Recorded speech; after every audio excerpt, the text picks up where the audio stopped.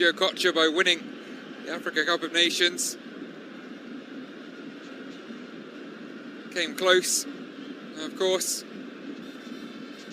at the most recent time of asking. Nigeria edged out by the Côte d'Ivoire in the final in Abidjan. Shot there of Paul Kagame.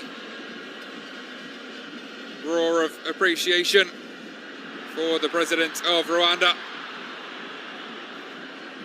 Will surely be enjoying his country's end to this first half.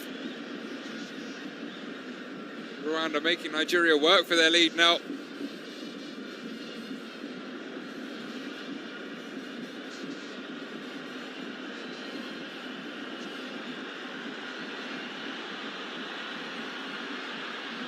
Three in the box waiting as Keisha turns this way and that. It's over the head though of Nchuti. Listens to that roar. The first Rwanda corner in the 44th minute.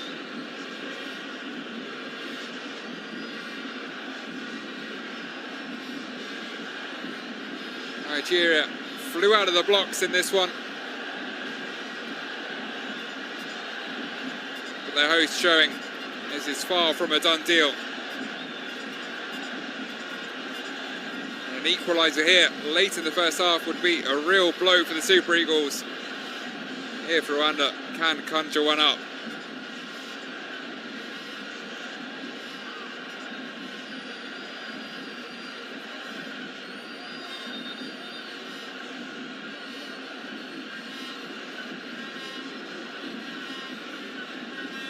Forced to wait whilst again the referee sorts out a few of the squabbles in the area. Hakim Sahabo, a teenager, latest to have a word in his ear. Something of a mismatch with Ola Aina. It's off the gloves of Enwa Bali, but not that convincingly away. Rwanda remain with the ball well in Nigeria territory. It's whipped in again. It was knocked down, then knocked away by Bassi, who was himself then knocked over. Innocent attempt to get to the ball, just a moment too late. Only caught a chunk of the man. Bono Mugisha is sent away. There'll be 3 minutes of additional time. Nigeria, the way things are going, will want them to come and go quite quickly.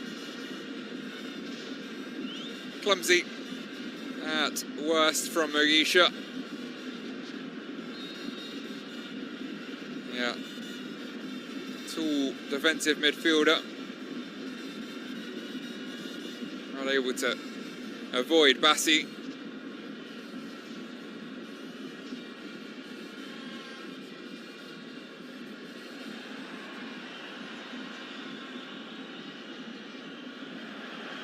Morenga at the back heel to the path of Quizera.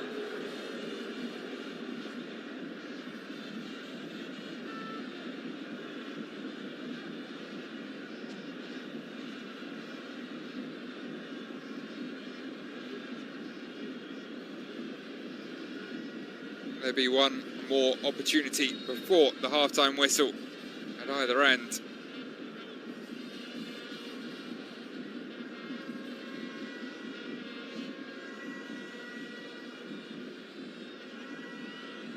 Harmless free kick forwards rather sums up Nigeria's end to this first half. The impression they are just trying to survive with their lead intact through to half-time. Reorganise. take on the advice of Eric Shell.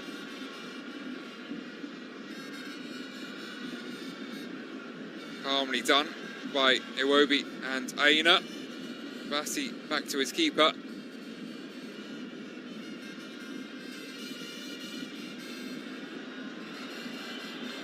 Picked up though by Yomagabo.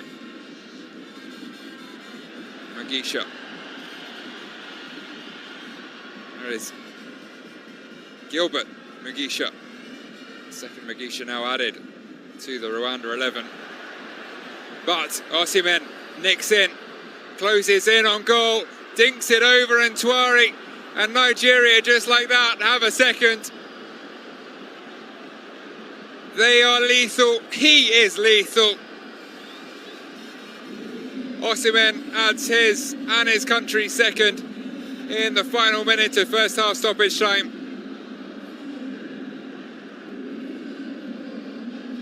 Nigeria have been looking like they were just trying to survive through to half-time with the lead intact. But Osimhen always lurking, nicked in. And from there was very little doubt about how it would end. Nigeria's number 9 scores its 25th goal Mom and Dad. country. Your life now revolves around sports. You're the captain. Everett, Neela! Come on, Neela, baby, let's go, go, go. The bus driver. The fans. The ref. Guys. Totally commanding position. The equipment manager. The cheerleader.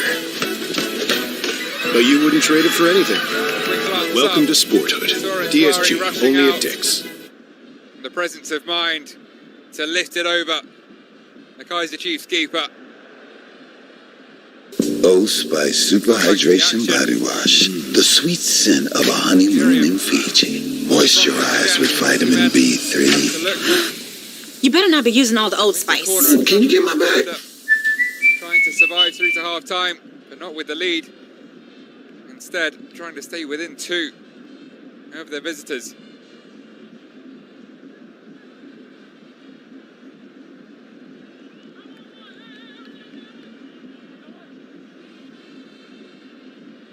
Corner taken short. Back to Adamola Lookman. Zaina. Moses Simon. Lookman lets it run. And that will be the half-time whistle. Well, Osimhen, the difference between the two sides with a first half brace. 1 goal in the 11th minute. The next, well into first half stoppage time. Nigeria halfway to their first victory of this World Cup qualifying campaign. One that is crucial for their prospects in the second half of this World Cup qualification campaign. Join us in about 15 minutes to see if they can hold out through to the final whistle.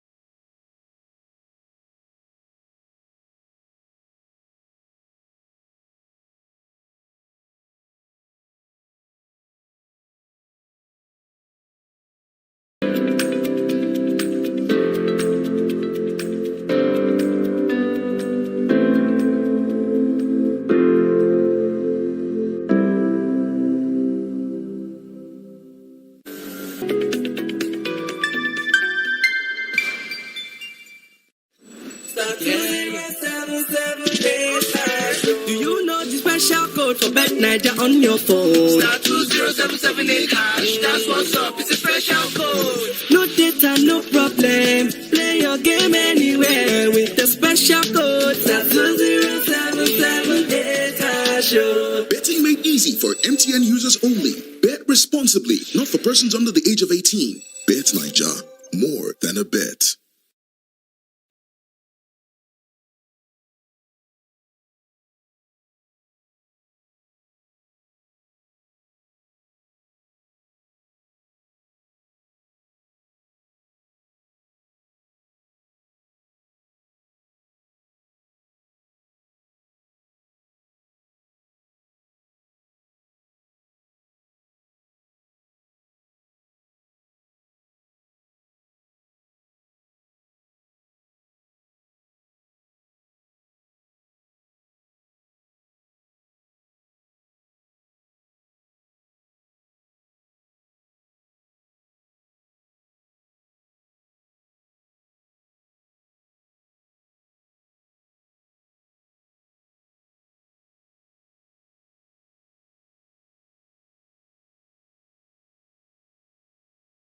It's the showpiece occasion of an event that's been a celebration of sporting and cultural connections between the competing nations.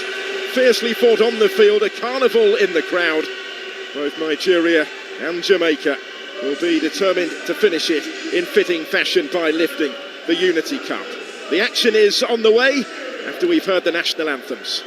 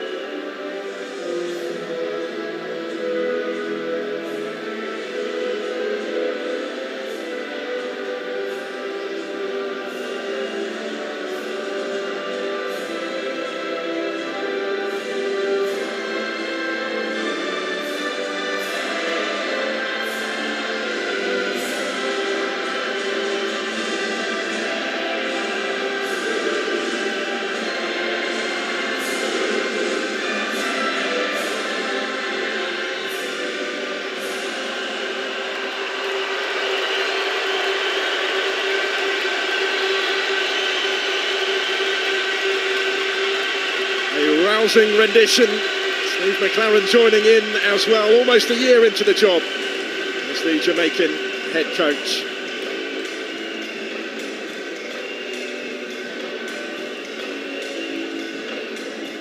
So let's have a look then at how the sides line up in this Unity Cup final. Jamaica field an unchanged side from their semi-final success over Trinidad and Tobago on Tuesday. Richard King, Casey Palmer and Roman Burrell all scored their first international goals in that game. Burrell of Burton Albion doing so on his debut to earn another start today. The Reggae Boyz have a World Cup qualifier coming up a week today, so it's another chance for some of these players to impress ahead of that and a Gold Cup summer to come. There's a new name on the bench with Peterborough United's Malik Mothersill added to the squad since the semi-final. He's hoping for a possible debut later.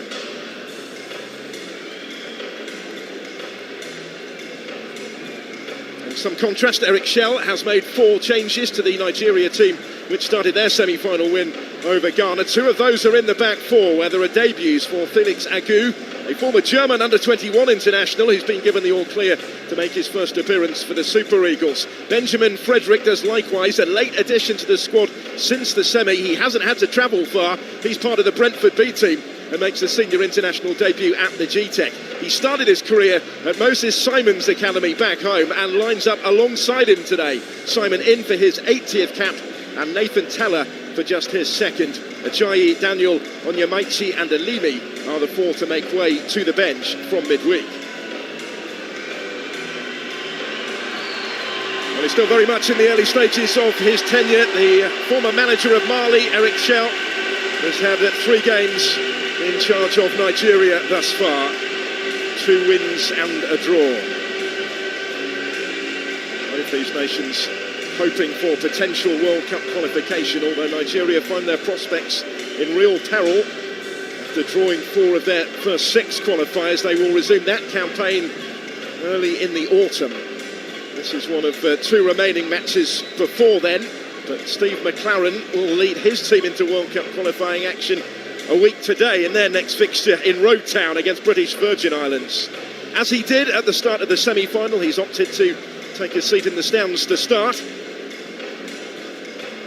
having sent out the same side that progressed in stoppage time from the spot in that dramatic semi-final against Trinidad and Tobago.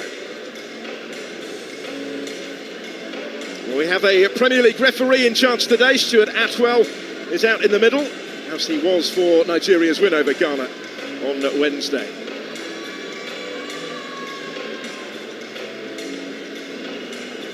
Final fixture of the 4 at the Unity Cup here at the Gtech, and there is a trophy on the line for the winners of this one.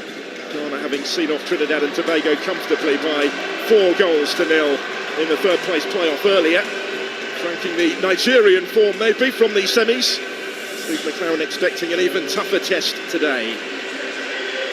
He was full of praise for Nigeria and their performance in midweek at the pre-match press conference, but he also feels that his side are in a much better position than they were going into Tuesday night. More time on the training field since then.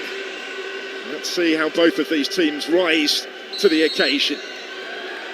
And what an occasion it has been in the build-up. The fans playing their part. Now it's down to the players to try and provide further entertainment, as they have done throughout this competition. And as both bosses have made the point, out to try and win it. It's a friendly really in name only.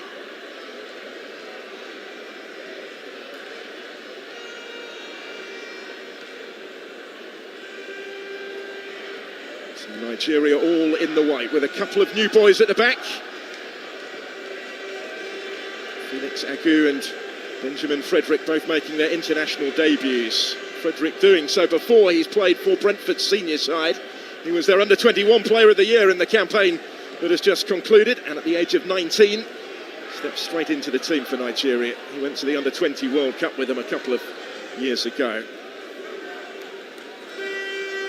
He is in possession early on, brought in to bolster the numbers after Ahmed Musa withdrew from the squad. Their all-time appearance record holder came on for cap number 111 on Wednesday, but he's not involved today, missing through personal reasons, we're told. So Frederick summoned instead. There is Moses Simon. In the absence of Musa, the most experienced in this side.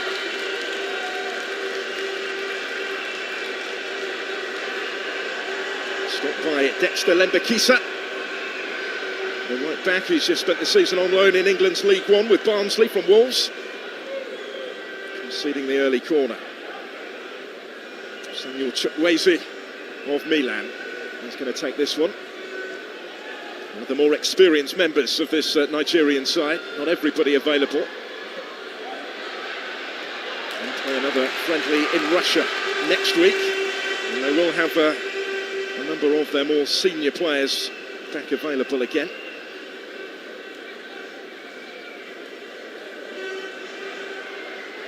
Chukwueze will certainly fancy his chances of getting involved early. 4th consecutive start for him for Nigeria. And on the day of the Champions League final, a reminder that he, of course, was a semi-finalist not too long ago with Villarreal. Alfred Ndidi with a key part to play in the centre of the pitch, certainly, in an otherwise fairly youthful side. Felix Akou on debut. Hoist that in, but a little too high.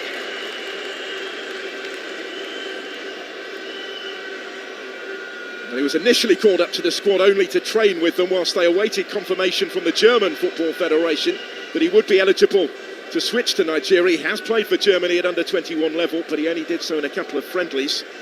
So there was nothing standing in his way of a switch of international allegiance. Player who made 22 appearances in the Bundesliga this season. Thrown in at the earliest opportunity, really, this week by Eric Schaut. He'll get the opportunity to stake his claim for more regular involvement at left-back going forward from here. There's Dixon. And he got there first. The goalkeeper has come. And it is a little relieved, I'm sure, that Kaheem Dixon was forced wide by Felix Akou. Still work for Ogbu to do.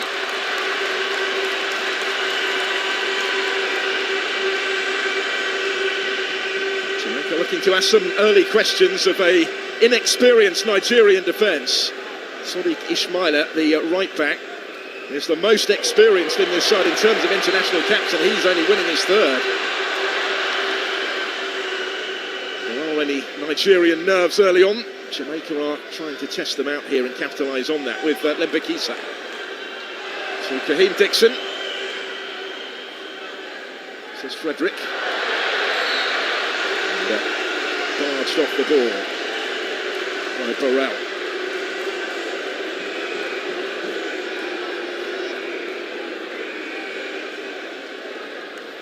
Right in the centre of your picture there amongst the fans in the stands. Steve McLaren watches on.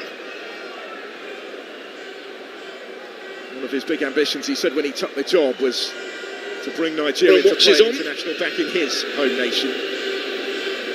One of his big ambitions, he said when he took the job, was international management to bring Nigeria to play international back in his home nation. One of his big ambitions, he said when he took the job, was international management to bring Nigeria to play international back in his home nation. Very much on their agenda.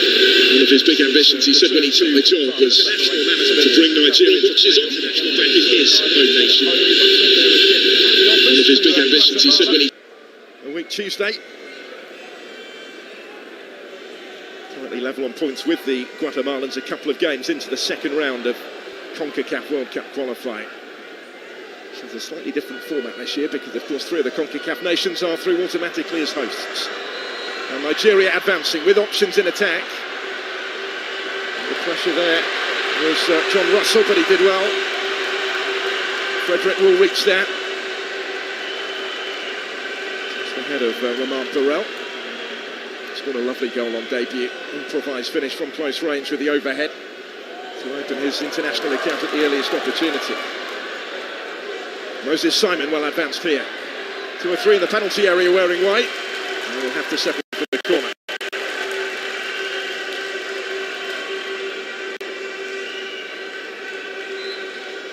Kicked out by Chukwueze. It's a nice ball, wasn't it, for Moses Simon. The 8th most capped player in Nigeria's history. Winning number 80 tonight. Scored up 200 appearances for his club side Nantes. Might be without some star names, but they still have experience to call upon in this squad.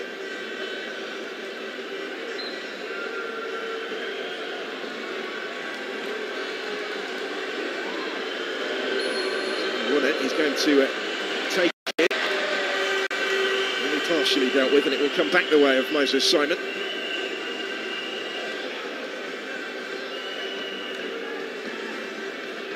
Akou. Sadiq Ismaila, who set up their opening goal against Ghana in the semi-final. Lovely running cross down the right-hand side. And it was just his second cap.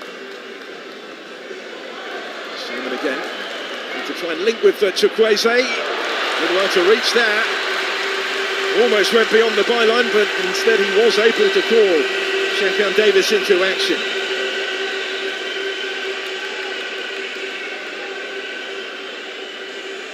Wasn't going to give up on that one, was he? It looked very close, Chukwueze.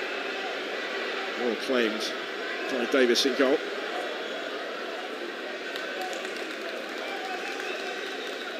So a fairly keenly contested opening to the contest, with very little between them in these first 8 minutes. And Burrell putting the pressure on Ogbu, who only made his debut in midweek in the semi. And Dixon. Hugo Ogbu of Slavia Prague is the defender who came away with it. Celebrating championship success in Czechia with Slavia this season, comes into this on a high. There's Frank Onyeka, he's another back on familiar territory. He's a Brentford player, despite spending last season out on loan in the Bundesliga at Augsburg. Turning back to his parent club as it stands for next season, although there may well be other suitors for his signature if he decides to make a move.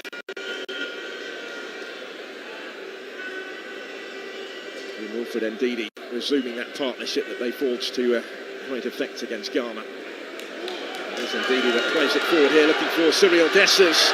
Pumps it on towards Simon, who scores! Didn't take long.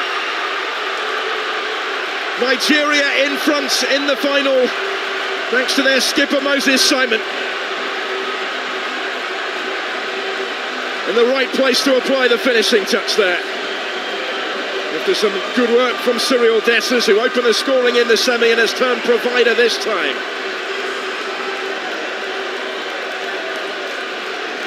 He's the most capped player in this starting lineup for Nigeria, and he scores for Nigeria for the 10th time in his distinguished international career.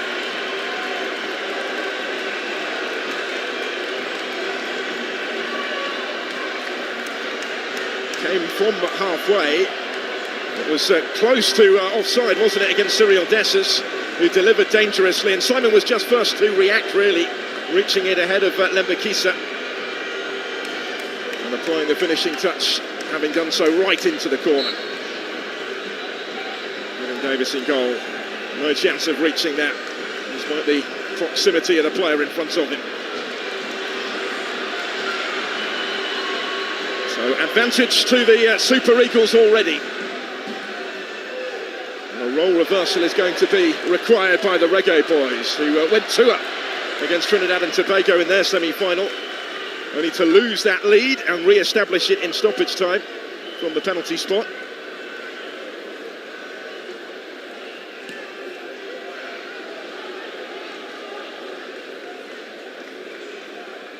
It's a goal that will settle down Eric Shell's team, surely, as he looks to continue his unbeaten start to his time in charge.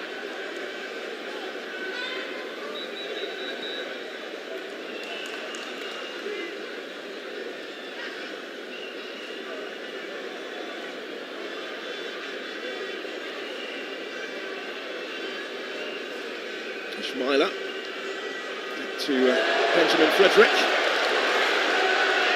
Openings again for Nigeria here, just wasn't quite able to pick the pass through the middle as intended there, Chukwueze. So Jamaica will take their turn to attack instead with Ronaldo Cephas. Really dangerous ball in, Davis arriving and touched in by Kaheem Dixon. 1-1. And a huge roar greets the rapid response from the Reggae Boyz.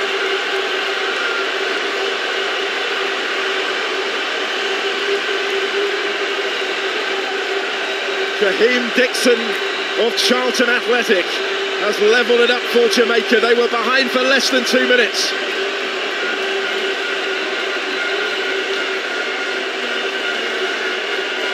Owed much to Cephas. He won both of their penalties in the semi-final. He was the main threat again here down the left. Strong surge and a really dangerous ball in. It was just in front of Burrell, but Dixon beyond him was able to apply the finishing touch.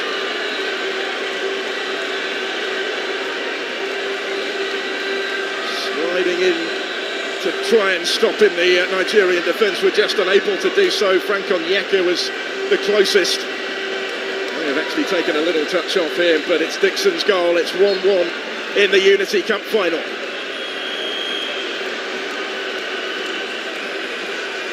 He just made his way down to the touchline at Steve McLaren, greeted by the goal, and it's all square again.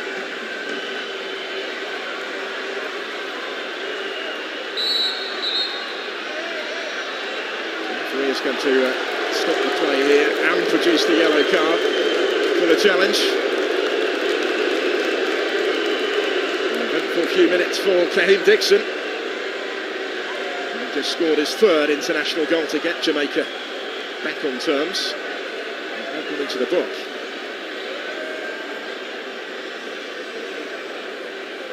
And this is why.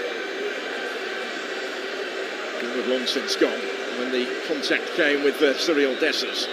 That's something of an understatement.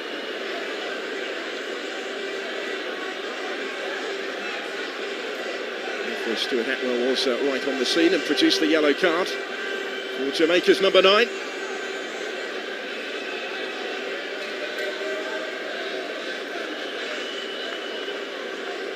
Well, a very eventful start to this final. Chukwueze standing over the free kick.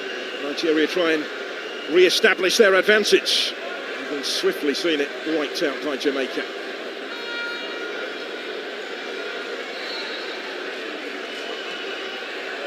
Work it wider for Simon. Chukwueze who took it. Moses Simon, scorer of their opening goal, trying to create something for them here. 20 up there, but it should be the goalkeeper's ball, and it is. Good take by Shakan Davis.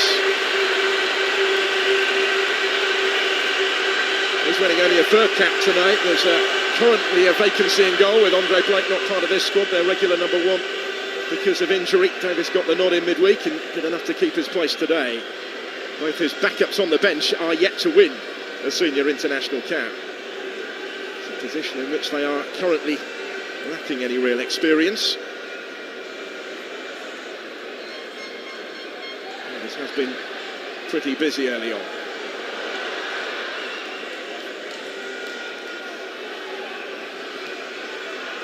Mbakisa towards Dixon, dealt with by Agu.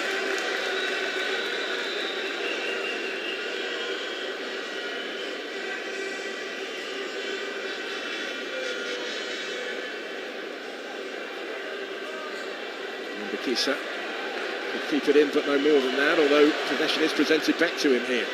Touch in there for Isaac Hayden as well. Now Dixon.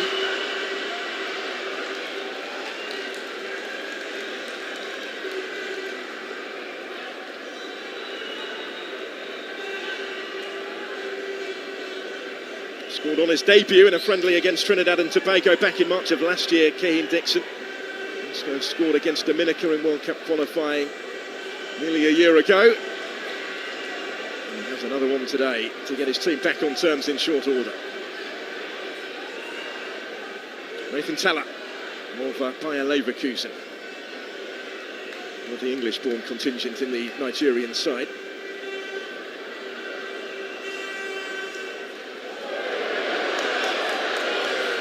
Done by Chukwueze, looking for Dessers. Richard King's gone with him. Chukwueze again. It's a strong run. And again, it was close to having crept out of play, but the referee indicating it didn't, allowed it to continue. Jamaica forced to clear it, where Ramon Burrell was the only target for them.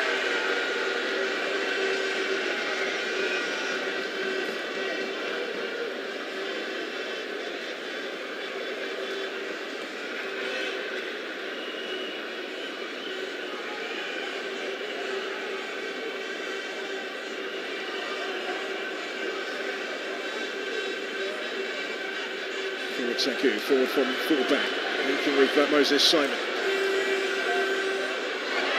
Got the ball as well for Teller. Didn't quite have the time to take the touch.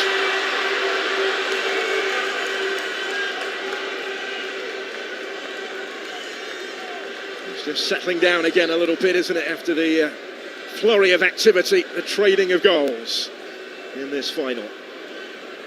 Which, by the way, just to remind you, if it is level after 90 minutes, will be settled by a penalty shootout.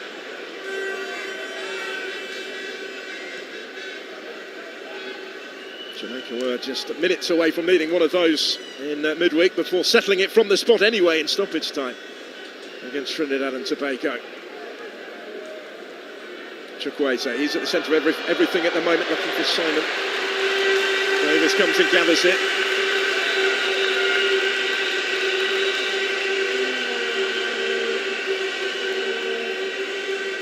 And how they have embraced the occasion. The Jamaican supporters enjoying the day. The weather helps as well, the sun shone out for finals day. And it's been a really bright start on the field from both. And Bakisa, that was risky, very little time for Davis. And he found Cyril Dessers almost on top of him straight away.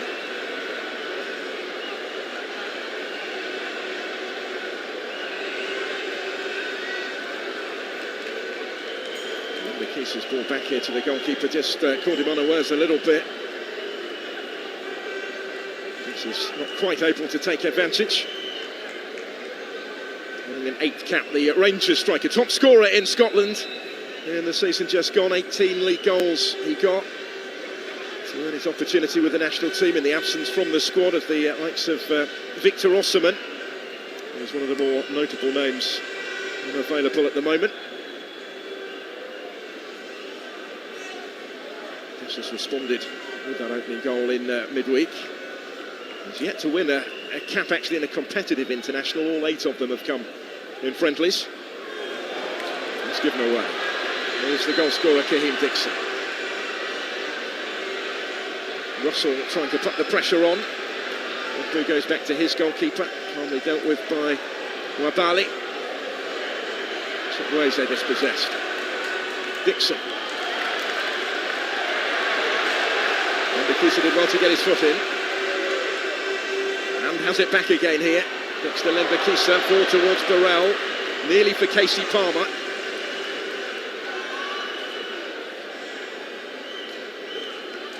And there goes Ismaila. He's certainly got plenty of competition for that right back role, but is currently in possession of the shirt in this squad in the absence of the likes of Ola Aina and Bright Osai Samuel. They will come into the squad against Russia next week. Let's have a look at the possible penalty appeal from a couple of minutes ago. It would have been harsh, I think, against Richard King as Chukwueze cut it back. Chukwueze doing well to keep it in play. The questions were asked of the referee. He waved it away straight away.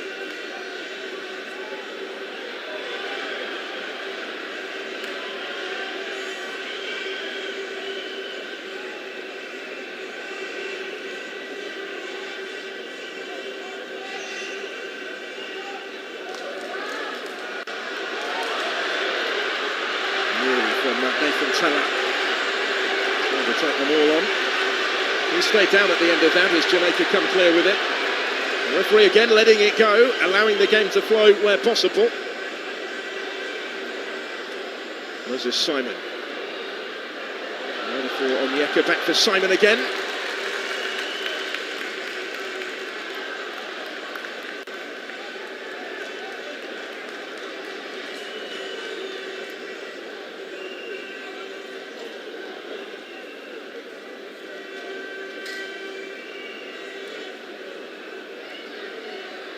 Enjoying the territory at the moment, Nigeria, but Jamaica maintaining their defensive discipline.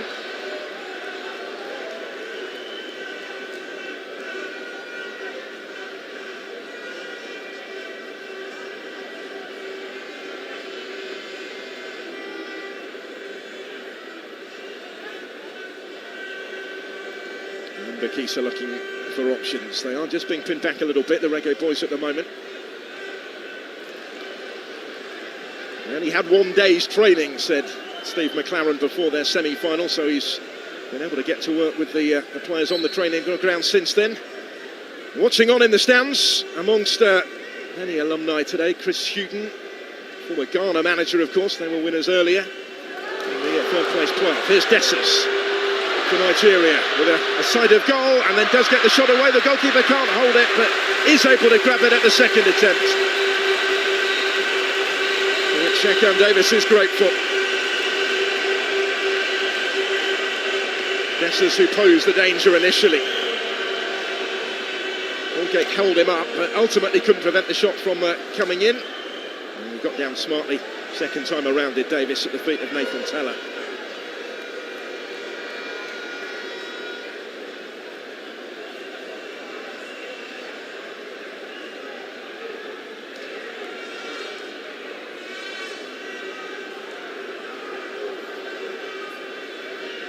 Isaac Hayden.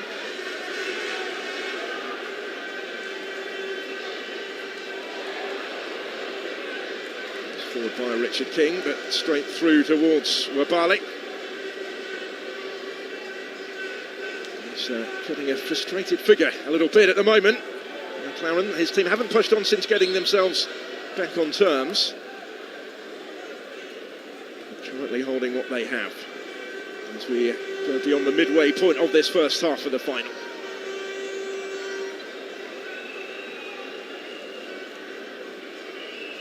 Just 2 defeats in charge so far for Steve McLaren from his first 11 games at the Jamaican helm.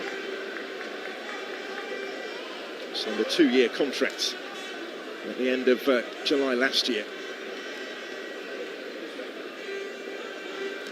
Ogbu will get it back again from Onyeka, who then took a tumble. Now Frederick.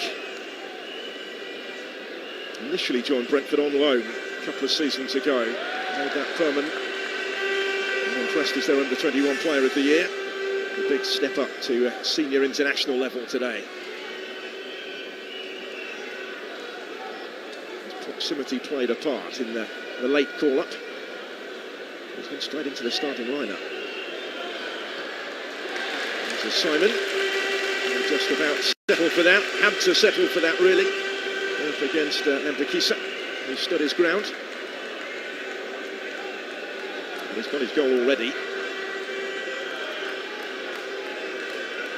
And he's assuming set-piece responsibility once more as the player who's taken over the captain's armband today. Scored for the first time for Nigeria since the friendly against Mozambique. October of 2023. Nothing came from the corner. Nigeria, in maintaining possession, will revert all the way to their goalkeeper. Now, was talked before the game that Stanley Wabali's been the regular recently. He's started 20 the last 22 internationals. Now would get a breather on the bench today, and the plan was perhaps to play Maduka Okoye instead, but there's been a little bit of a rethink in that policy. And Okoye remains on the bench because another goalkeeper, Amos Obasogi, hasn't been able to join up with the squad. He was intending to feature in the friendly against Russia next week. It's visa issues, I think, have played a part in that.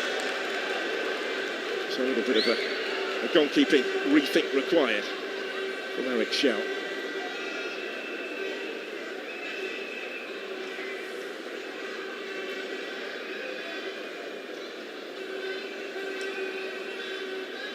Not too many options immediately available to Mbakisa here.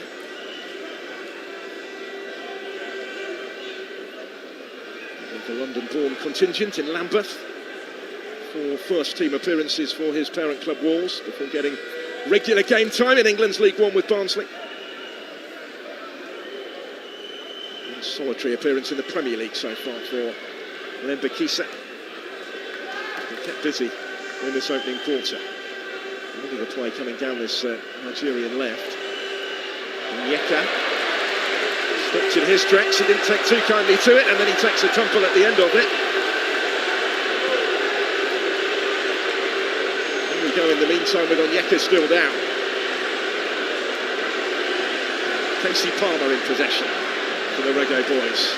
Still that Panenka penalty in the semi-final. Neatly done by Russell.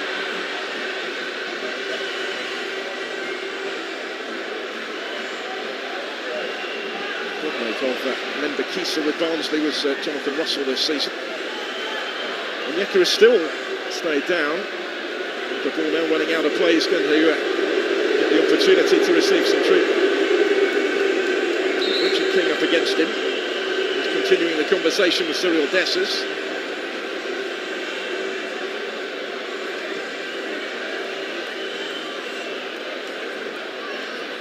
First to King. It's what followed after releasing the ball that Onyeka was unhappy about. This angle might clarify. It wasn't an awful lot in it, just steps into him a little bit maybe.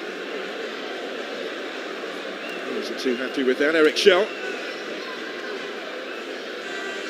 We head for the half hour, the opportunity for both sets of players to take on some refreshment, take on some instruction as well, because this is very finely balanced right now. Big fan of Richard King is Steve McLaren. He singled him out for praise after that semi-final. He's one of the domestic-based players as the centre-back.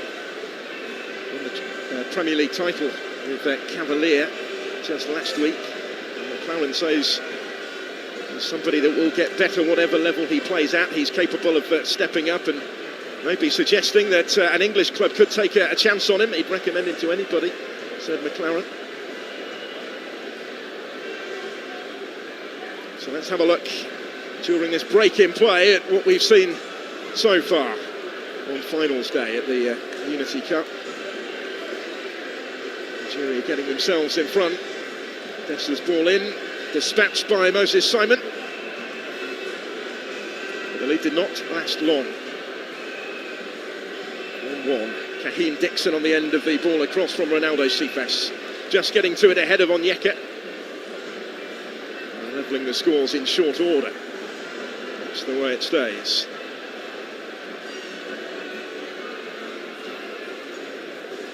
It's only a 7th ever meeting between these nations. All of them have come in friendlies.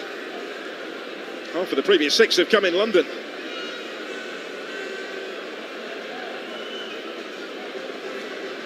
Including at the last Unity Cup 21 years ago at the Valley.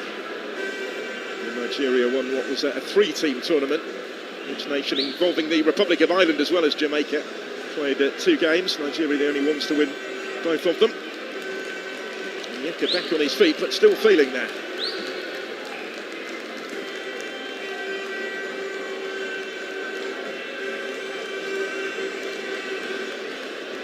The 31st cap tonight, Frank Onyeka. He was a regular in the Bundesliga for Augsburg. They fell short of their target of European qualification, but they started their last 16 games of the Bundesliga season. He got what he was looking for in terms of regular first-team football, which wasn't happening for him here at the Gtech more latterly during his time with Brentford. He has played 78 times in total. Really a figure in front of some of these fans. There he is back involved again now.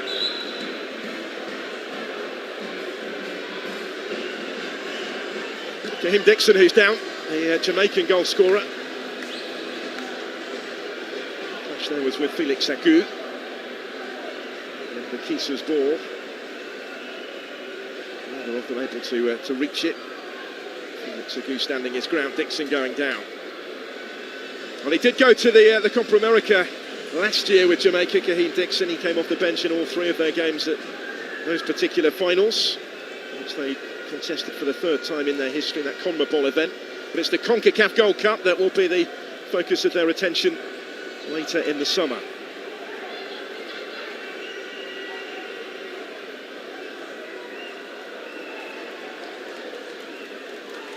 That's quite a useful vantage point, isn't it? Wonderful crowd inside the Gtech Community Stadium today as well. To host this competition this year.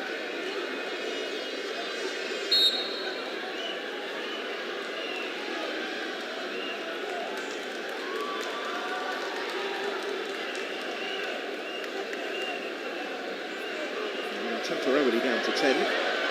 And Jamaica under some pressure now at the other end. Mason Holgate across to try and deal with that. Dixon making his way back on now after that period of treatment.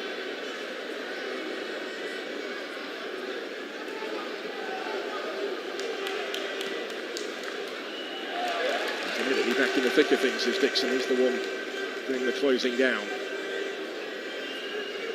Simon settles for the throw and leaves it for Felix Agut to take.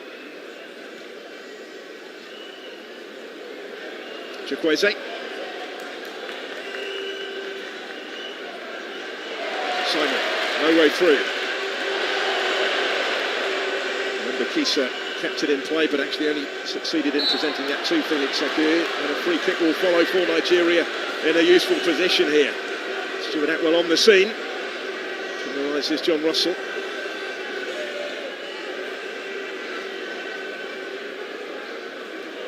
Almost paid a price for keeping that in play, did Lemba Kisa. Nigeria may still fancy their chances of profiting from this situation. Some organising for Davis to do in goal. He was part of the Mount Pleasant side, beaten it in that Premier League playoff final by Cavalier last week. Will he be required here? Simon and Chukwueze stand over it. It's going to be Moses Simon to take it. And flick behind for the corner. Couldn't really take any chances with that. Mason Holgate did get a touch to it.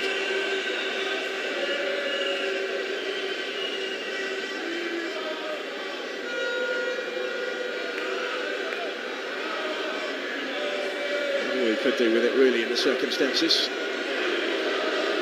be heading back to Everton after his loan spell with West Bromwich Albion, although he'll be in the last month of his contract there. Here's the corner. Came the way of Nathan Teller, but he wasn't able to bring it under his spell. Keeps it in play though with a tussle on the touchline. And a tumble from Teller, no free kick given, and Jamaica will counter instead. With Sifas has covered good ground here. Burrell calling for it, Dixon was as well, but he was stopped by Felix Agut. Of course, didn't come this time from Sifas.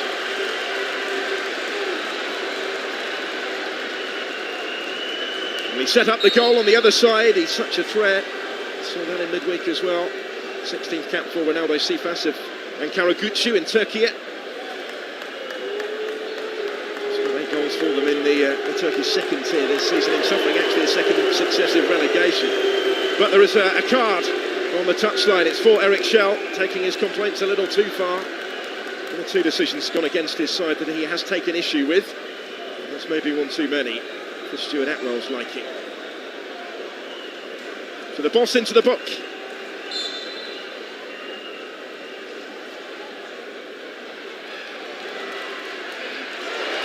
Neatly done by Dixon. There's Palmer. Burrell goes down, no penalty. Again, Stuart Atwell very quickly waving it away. Okpu making his interpretation of that clear as well to Romain Burrell.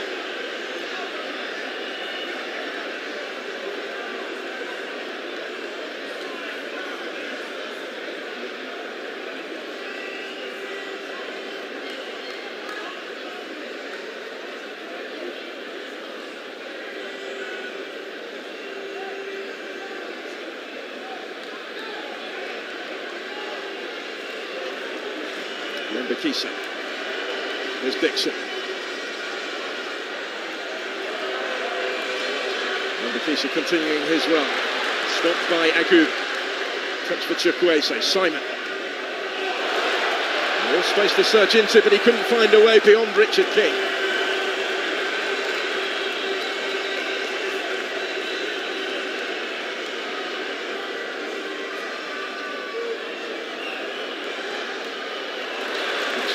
Tease that one through towards the run of Russell. He ended the domestic season with Barnsley in really good goal-scoring form, 5 in his last 5. But this was the penalty shout, waved away by Stuart Atwell as Burrell went down. And it's one that maybe would have been harsh, but it was an awkward situation that Iko Okpu found himself in.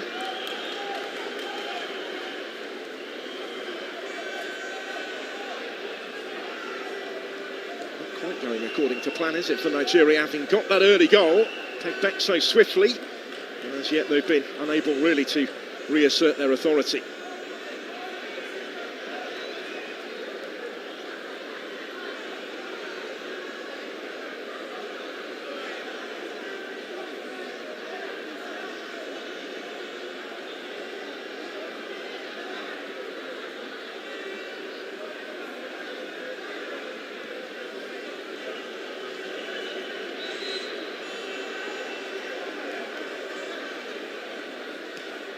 Here's Dixon. Towards Russell. A free kick given, this time against John Russell. They are mounting up, aren't they? He was just a little late on Felix Akou. Rick Shell is continuing that conversation with Ruben Ricardo, the fourth official. He's unhappy at just how physical this game has become. Said at the start it was a friendly in all but name, really, but it's been fiercely contested and maybe a little too ferociously for Shell's liking right now. Towards Dessers here.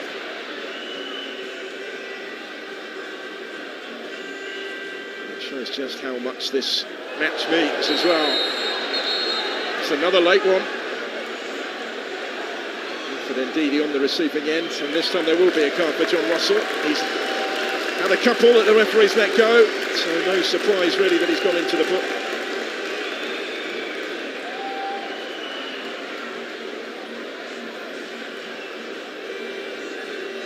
Quite put the brakes on in time, slipped a little bit on that occasion, but maybe simply due to accumulation, the referee has decided to take action. There's confirmation of his yellow card. So we head towards the final 5 of this first half. Chukwueze with the free kick, just over everybody's head.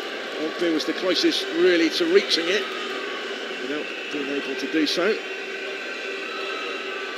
He's been on the move, hasn't he, Steve McLaren, throughout this first half. Up and down to the touchline and back.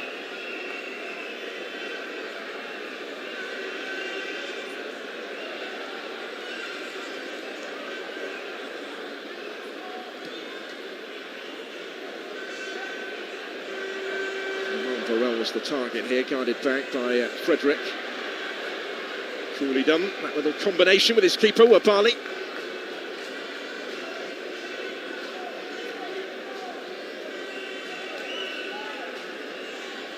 Ogbu, very rated centre-back, he's had a good season with Slavia.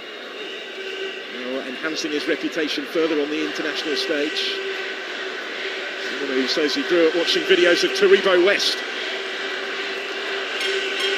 Taking inspiration to eventually take his own place at the heart of Nigeria's defence.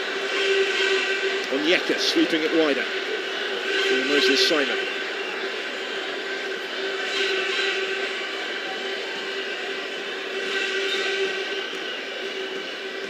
Frederick, wonderful moment for him on debut. It's a good ball for Ismaila to provide the cross, had to be dealt with. Because Dessers was lurking in the middle. It was Isaac Hayden who got to it ahead of him. Sadiq Ismaila trying to provide the services. One of the domestic-based Nigerian players who just won a league title with Remo Stars, claiming the crown for the first time in their history the other week. It has been quite a couple of weeks for Sadiq Ismaila. He's helped win the corner here that Chukwueze is going to take.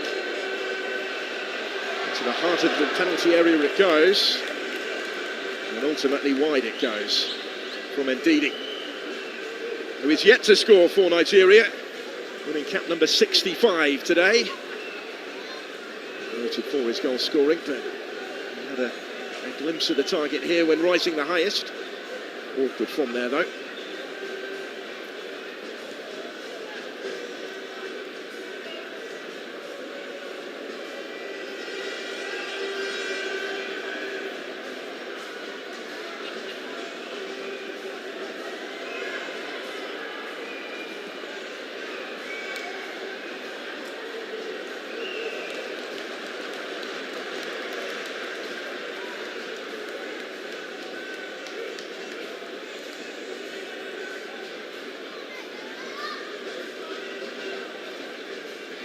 Ndidi.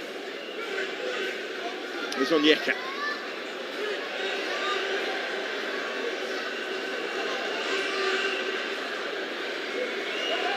Another target with back to goal. He was looking for something spectacular, I think, there. Nathan Talla didn't quite come off for him. And will be cut out by Ogbu. So they got it back again with Felix Akou. And with Moses Simon.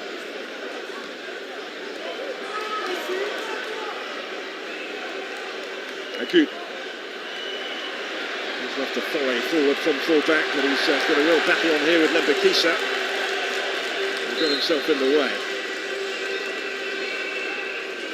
And ultimately got the decision as well. The Reggae Boyz right back.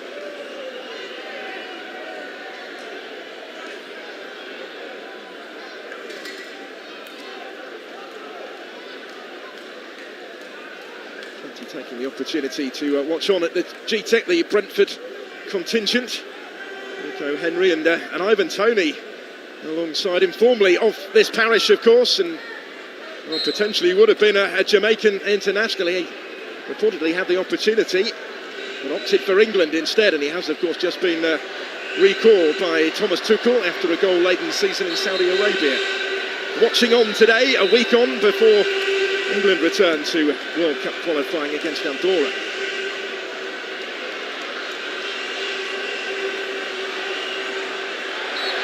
Casey Palmer coming under pressure.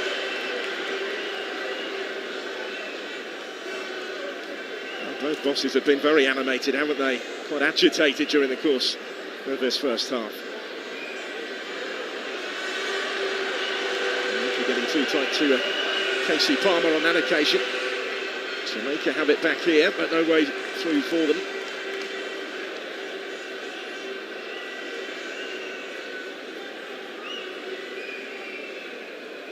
Last minute of the first 45. The Unity Cup final. Amari Bell waiting to take the throw. Captain of his country in this competition. Left back who's just left Luton Town after relegation. Maybe wasn't quite able to reach it now, maybe the counter. Simon into space for Chukwueze on the surge. He's got Dessers and Teller in the middle. Still here with Chukwueze. He tried to get the shot away himself at the end of all of that. Blocked really as soon as it left his boot. Still maybe the opportunity for Nigeria, trying to finish this first half strongly. Certainly finishing it on the front foot right now. Sadiq Ismaila hangs the cross in. Nearly came for Nathan Teller.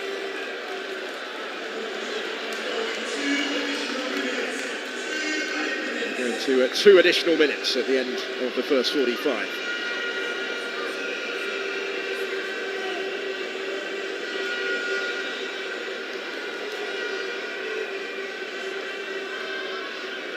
Frederick for Chukwueze. He tussles with Palmer and then goes down. Referee again is reaching for his card. I don't think you can really have too many complaints with that one. Casey Palmer with Chukwueze on the floor.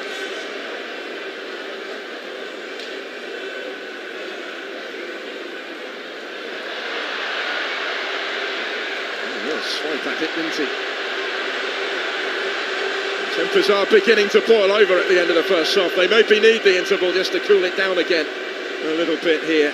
Chukwueze now back on his feet, taking real issue with that.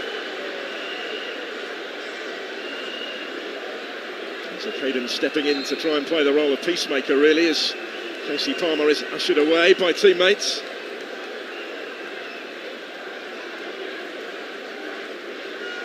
Certainly been feisty, but I think Chukwueze clearly felt it went beyond that on that particular occasion. Shown him the yellow card already. Stuart Atwell to Casey Palmer. Now he wants a lengthier word with him. As much maybe for everything that happened afterwards.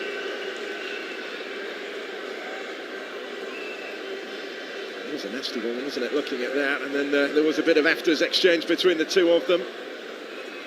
That's what the referee's now been talking to Casey Palmer about, and having just picked up that yellow card, he has to be very careful here.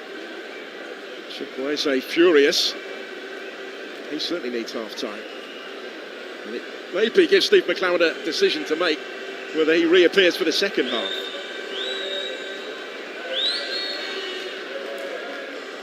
Nigeria will attempt to apply some punishment of their own from the free kick, which will belatedly follow here. There's Simon waiting to take it.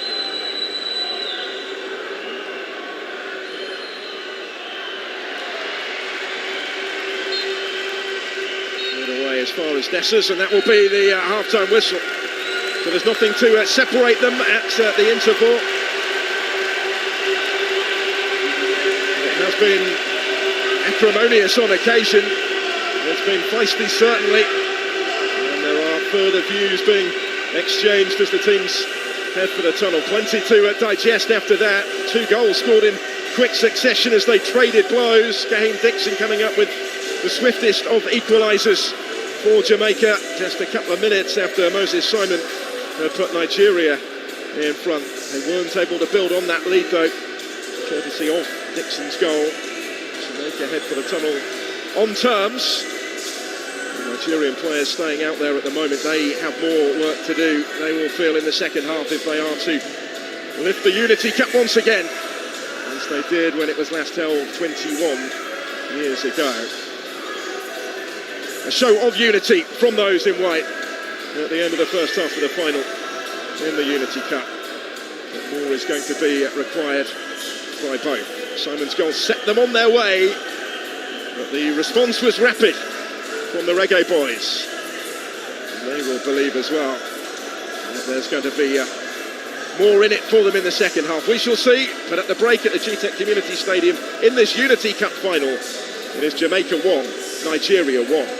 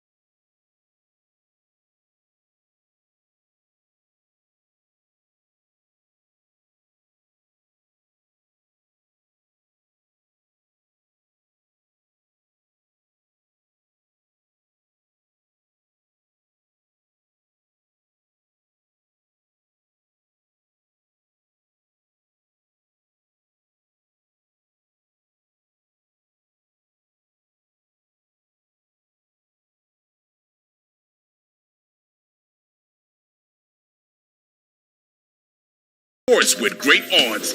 Win big with our mobile games. Get great bonuses and promos and start winning. Withdraw your winnings with zero stress. Download the Bet9ja app from the Apple App Store and Google Play Store today. Bet9ja, more than a bet.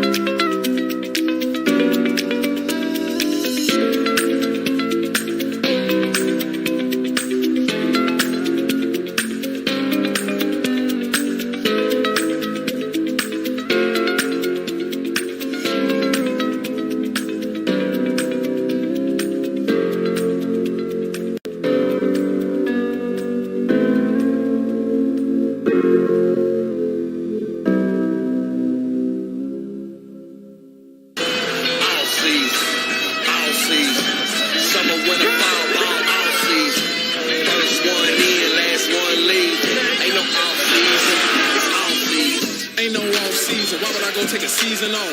This my boss season. Eyes the clock in the clock of the lotto. Couldn't just come out on top when I wanted to. Eyes to sit in the heat like a pie roast. Produce a beat and made a couple knots. They taking a shortcut, I'm taking shots. Can't go good on no slot.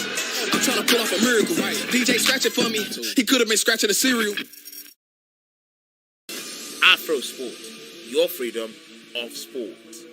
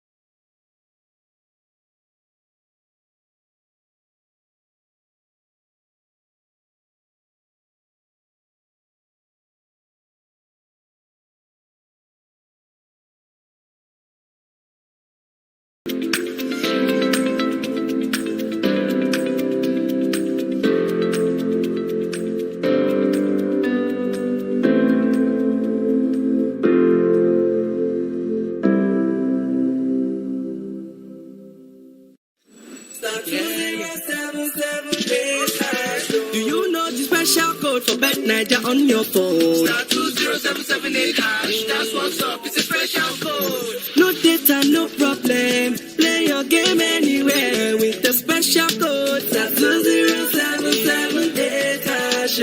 Betting made easy.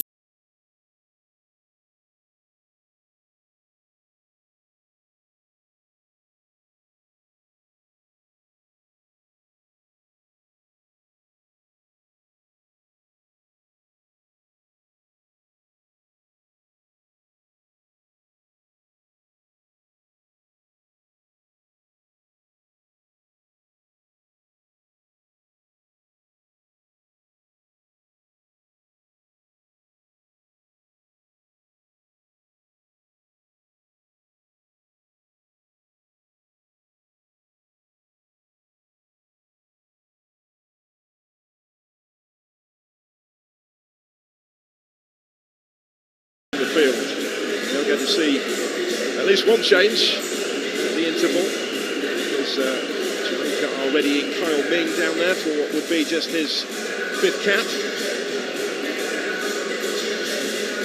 Kyle will be happy with large aspects of that first half performance, particularly the way that his side battled straight back after going behind. They were losing for less than 2 minutes of the match. He's been enjoying it. I've been Tony watching on. A week before his return to England duty potentially in World Cup qualifying, when Jamaica will be involved in World Cup qualifying as well. In that game against British Virgin Islands.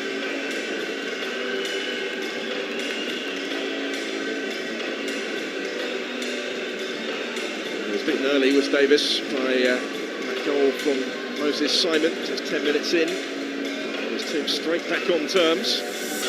The change is going to happen at right back. Dexter Lembakisa is the player who has made way for Kyle Ming, another of the domestic-based players of Mount Pleasant. He lost in that Premier League playoff final the other week.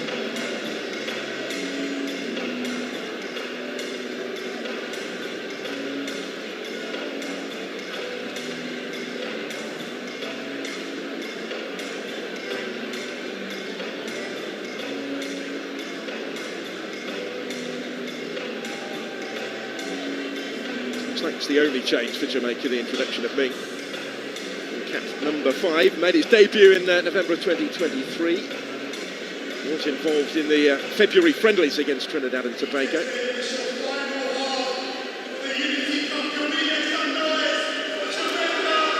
goal that got Jamaica back on terms after his goal that had put Nigeria in front. And we're all set for the start of the second half. This Unity Cup final. Nigeria in the white to get the game underway again.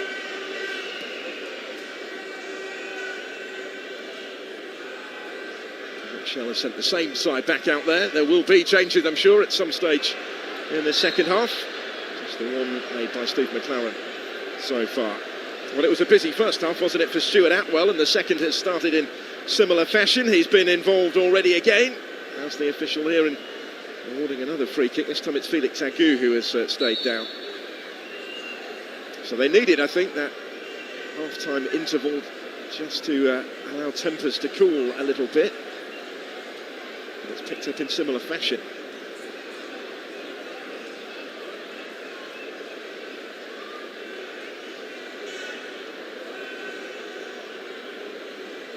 There's no opposition player anywhere near him actually when he went down there, Felix Agu. He's the one receiving treatment. Did have to wait to get confirmation that he was eligible to play in this competition. That status was in doubt when the squad was selected, so he was invited initially just to train with them. But that clarification came in time for the semi-final when he remained on the bench against Ghana, but I think the likelihood was always going to be that if available he would start today and make his debut, and he will hope that it doesn't end early here through injury.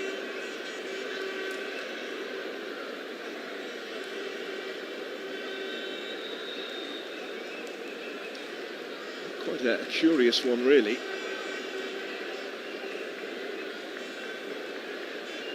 He's going to try and run it off.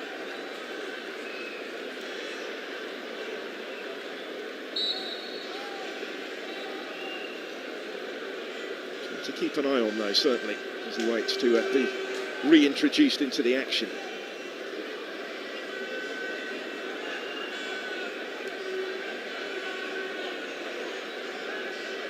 Back in 2019 when he won the first of his two under-21 caps for Germany.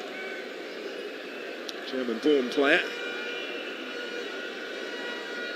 He'll get himself back involved straight away here, albeit briefly dispossessed.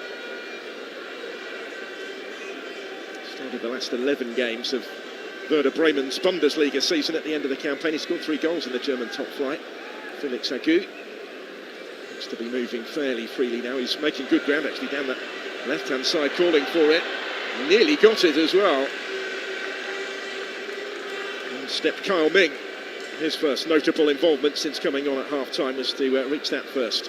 Deal with the immediate danger, but Nigeria have it back. And Wilfred Ndidi. Benjamin Frederick. Moving for Chukwueze.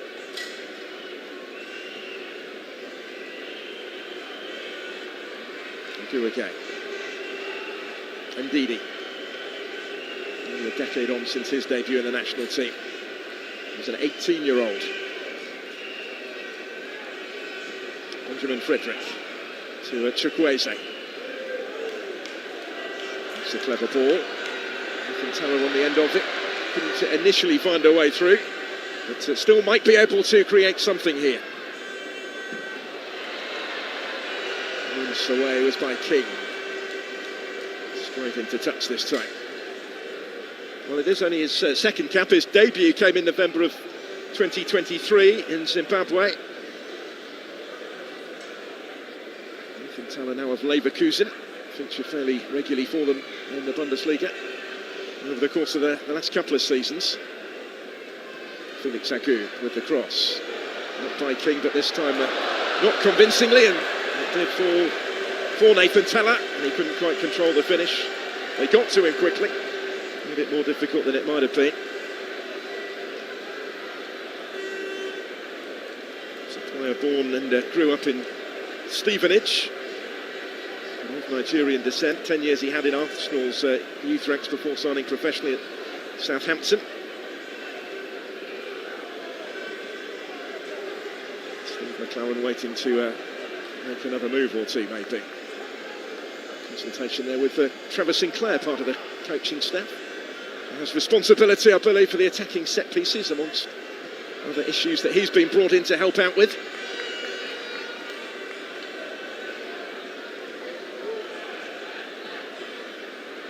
There's Ishmaila. Some Holgate. This caught us as he attempted to complete the clearance, and he has got the free kick. We'll be looking for a new club in the summer. Mason Holgate would have contracted Everton after that season's loan in the Championship with West Bromwich Albion, where he was a teammate of Semi Ajayi, who begins on the Nigerian bench today. Also looking for a new club after 6 years at the Hawthorns.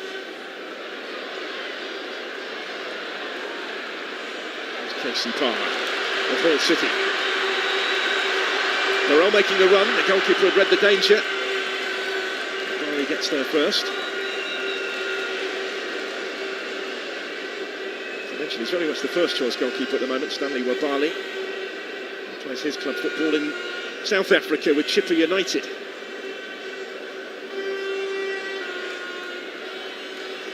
Ready to make a couple of big saves late in the semi-final to keep his team's lead intact.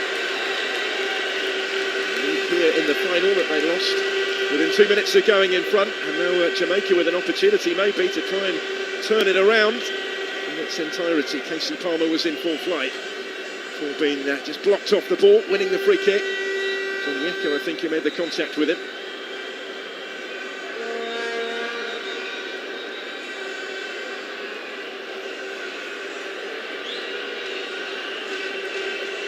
Favourable angle for Casey Palmer. The penalty was his debut Jamaican goal on Tuesday. It was his 14th cap. Having won the free kick, he's the one standing over it. Barley organising that wall. It's done its job. Stopped straight at the wall, really, by Palmer. Back goal was by Hayden. Gathered up by Wabali, made it his decisively.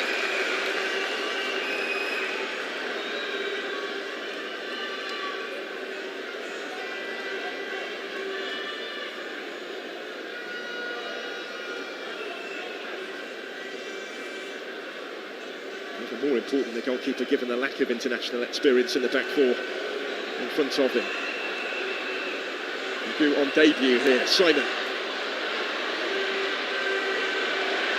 Certainly not short of experience, still scrapping for it. Comes for Chukwueze. He's outnumbered but gets his shot away and scores. Brilliantly taken by Samuel Chukwueze. And Nigeria in front in the final for the second time.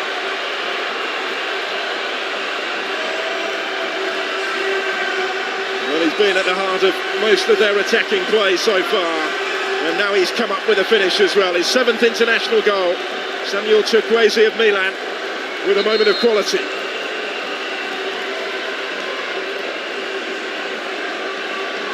Number of star names not available in this squad, but in their absence, Chukwueze is one of the more senior players available to Eric Schau.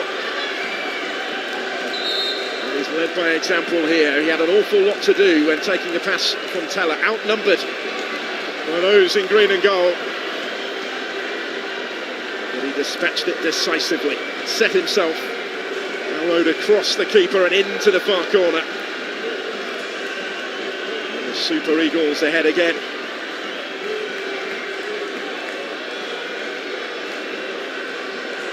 It's only his 2nd international goal in the last 18 months or so. He did score against Rwanda in defeat in African nations qualifying in November.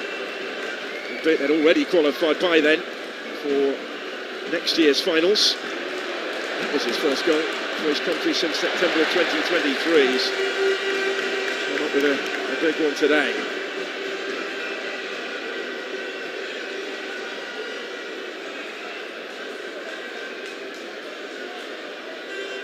Now the challenge for Nigeria is to hold on to this lead for longer than they were able to last time around.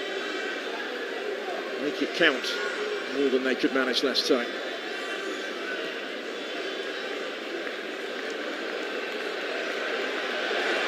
Beautifully done by Felix Sekou. Dessers was his target in the middle. And as far as Onyeka, not too much on that for Agu.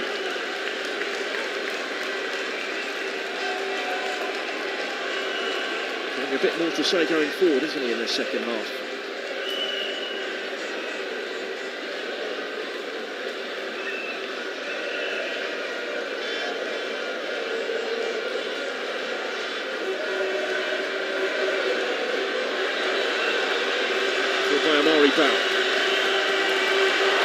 Sifas had continued his run, comes his way, and stepping in brilliantly to deny him was Frederick. And look at how he's congratulated by his goalkeeper. Good moment Showman on debut for Benjamin Frederick. He did really well here. Although CFAS has caused all sorts of problems throughout this competition, but he was stopped by Frederick decisively.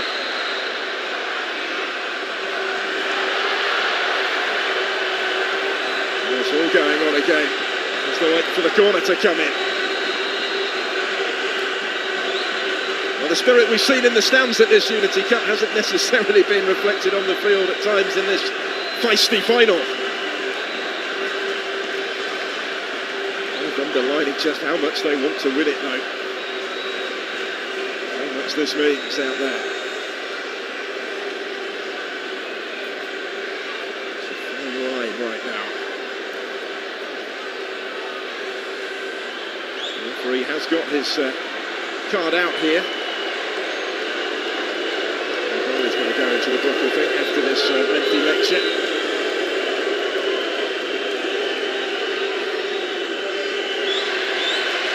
The yellow, and he accepts it amicably enough in the end, Stanley Wabali. He's up for this, all right, though, isn't he? It's a difficult balancing act. A little bit more difficult now because of that booking. Here's the corner. Decent one. Fingers up from the back. Out as far as Kahim Dixon. He'll have to stretch to reach that as well.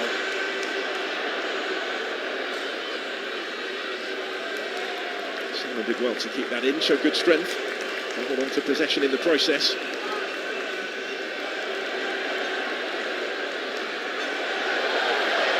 A touch or two from Teller, but ultimately didn't quite have the room on the touchline. Up against Amari Bell. He was called the captaincy, an honour beyond words. He led the side out in the semi-final and has kept the armband today.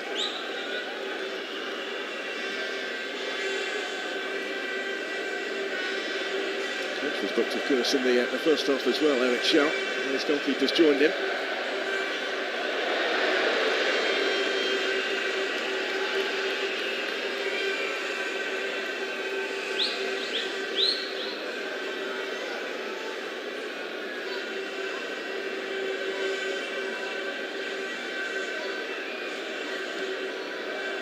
Benjamin Frederick to Samuel Chukwueze. His goal separates the sides currently. He might be in the mood for more here. Not a turn provider this time, but that was dealt with. Russell forward towards Burrell. Frederick again was there first. He's really grown into the game, hasn't he? Hadn't been expecting to play at the start of the week. He wasn't actually even in the squad at the start of the week.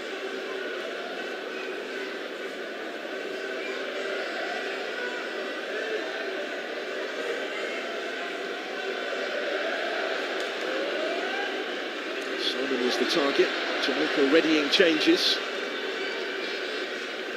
John Atkinson is going to come on shortly, and so will Malik Mothersill. For the latter, that will be a debut. There's another that has been added to the Unity Cup squad since the semi-final. Misplaced pass from Palmer will provide the opportunity for these changes to happen here. So Dwayne Atkinson on first, another domestic title winner this season with Cavalier. First cap in over 2 years for him. Burrell making way, so he scored on his debut in the semi-final, hasn't quite been able to get involved to the same extent today. Atkinson will take his place up top. And Malik Mothersill is on for the debut as well, in place of Kahim Dixon, scorer of the Jamaican goal. There he is, Mothersill on debut. Croydon-born, qualifies for Jamaica through his parents. 16 goals he scored in all competitions for Peterborough United this season. England's third tier. It's his first call-up, and he's on already, on the hour mark.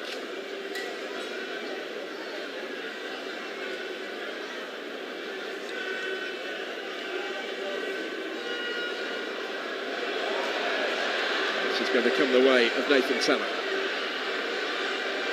Showman and Dessers in the middle. And the presence not required on this occasion, to the frustration of Teller. And Nigerian change imminent as well.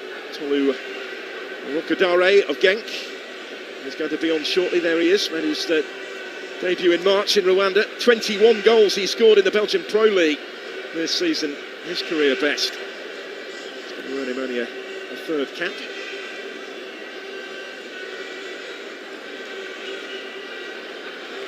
Change is always likely at this stage of the game, regardless of the scoreline. The flick is by Chukwueze, nearly for Dessers.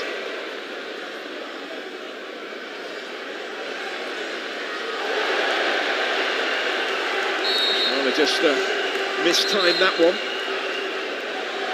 It's going to cost him a card as well here. The bench was straight on their feet when that challenge came in, and Sadiq Ismaila has gone into the book.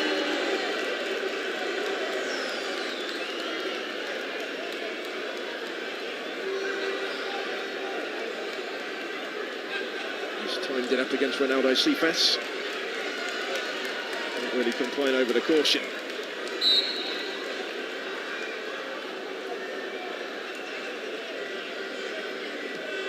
So right back into the book.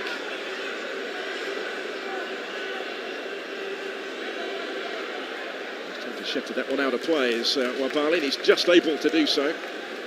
Only just able to do so in the end.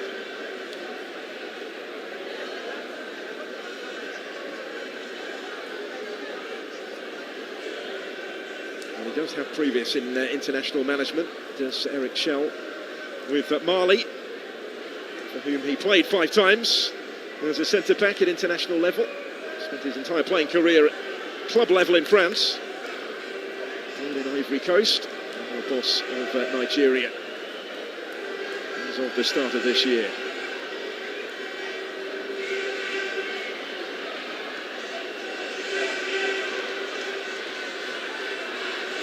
King, there's Cephas. They've made the run for him, still with Ronaldo Cephas. He's able to deliver the cross, and they've levelled it again. It's Russell, it's 2-2. Real resilience from the Reggae Boyz. They will not give this one up. And they're back on turn for the second time in the final.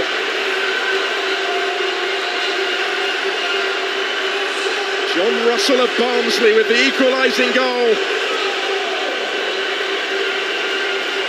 From right in front of goal, but once more, big part played by Ronaldo Cephas. He's the one that made it. Another dangerous delivery.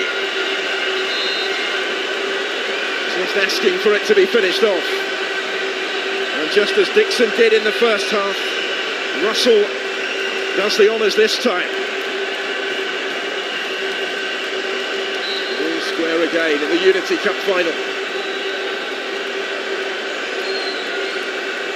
And the second goal, and only his 6th international cap for Jonathan Russell.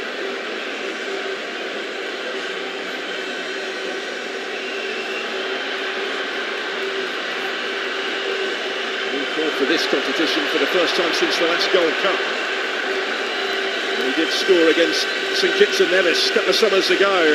He's given them something to shout about again here. But once more, it was all about Cephas really in the creation of the opportunity. So Nigeria make this change. They were going to make it anyway when they were 2-1 in front. The situation has shifted somewhat. Nathan Teller makes way to be replaced by Tolu Rokodare. That goal-laden season with Genk. He's hoping to take that sort of form onto the international stage here. Might mean a little bit of a reshuffle as well. Dessers, you'd imagine, will go a bit wider, although they could play now with 2 up top. But they need a third goal to get themselves back in front again. Twice they've led, and it's not been enough.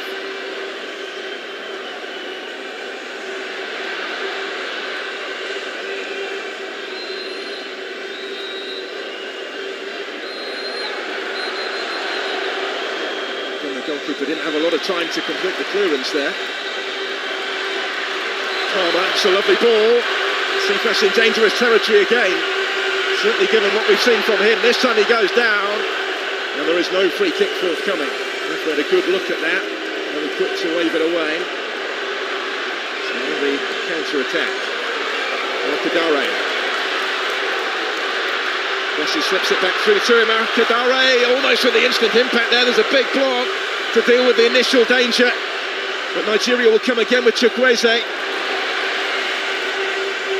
Not only as far as Onyeka. There's this Simon to Felix Agu. Really good game now. They're both giving it a real go. Chukwueze, in keeping with the rest of this competition, that has provided us with fabulous fare this week. This one heading for its closing quarter is right in the balance again. Benjamin Frederick. Ishmaila. Reminder, only 3 caps across the Nigerian back four before today. And maybe Jamaica have capitalised on that inexperience a little bit at times. Done so with real quality. Here's Cyril Dessers though. Didn't quite have the room to forge your way through. Run back well by Ndidi. Here's what he often does. And he's gone down at the end of that. Up against Dwayne Atkinson. Nigeria still have it though. In a promising position, out by Holgate. Straight back to Chukwueze. Chukwueze nearly. This time Davis was right behind it. This time Samuel Chukwueze from that type of territory is denied. But he looks likely every time he has it here, which is fairly frequently in this final. Just opened up for him. Some power in the shot, but Davis saw it all the way.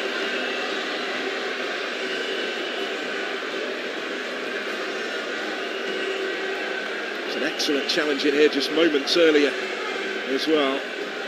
Shut the door on the substitute. Rokadare. Palmer.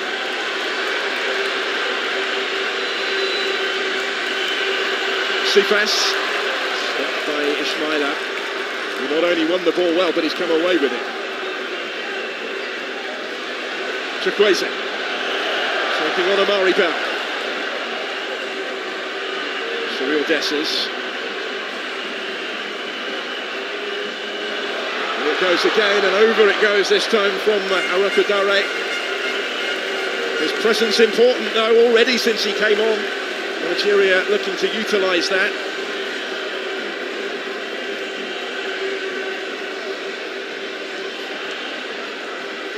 Got to it first, but it was always clearing the crossbar.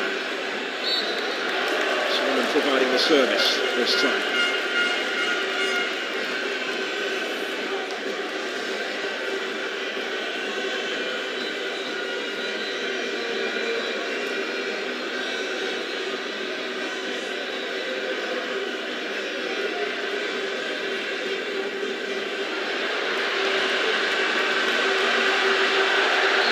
Move, rangy run, wanted to take the free kick quickly. Does so now for Casey Palmer. Cephas is going to reach that first and out quickly, and bravely was Wabali to deny the danger man. Now though, Cephas is causing Nigeria all sorts of issues right now though. Wonderful game he's having just as he impressed in the semi-final. Just about stayed onside, that was very close. It's a player, Cephas, he can play anywhere across the front three. He was still in Macedonia prior to his stint in Turkey with Ankara Gucci. Started his career back home with Arnott Gardens. He's certainly done his reputation no harm in this competition. Bali was equal to him on that last occasion though. And he's the one that will get the game back underway here as we go into the last 20 of the 90 minutes.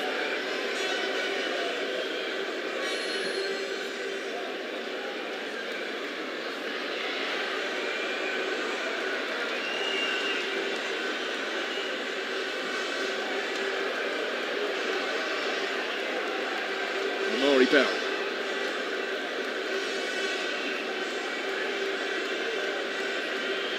Davis King. Would recommend him to anyone, said Steve McLaren when talking of Richard King. He's certainly capable of stepping up. Here's Amari Bowell. Just too much on that for Cephas through the middle this time.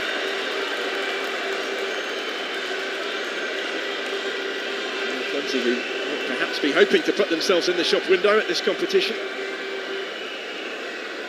And also playing for places with the competitive internationals to come. Busy summer ahead for Jamaica. There's back-to-back World Cup qualifiers over the next week or so. And then the Gold Cup in the USA.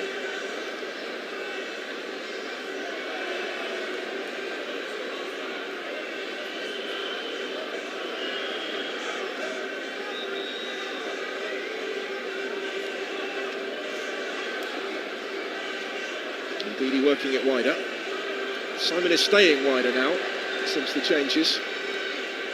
And there'll be another change, by the way, shortly for Nigeria. Santos Uche of Hetafe.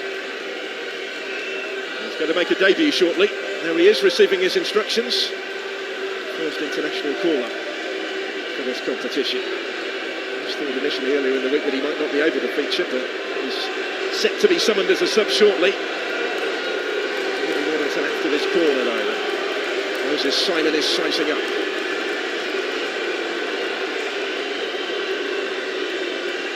And he started the scoring. Sends that in too close to the goalkeeper, who almost lost it for a moment. He was able to react in time, take it away in the end from Cyril Dessers. That looked relatively routine until that moment. For Shako Davis. Collected it and then lost it briefly.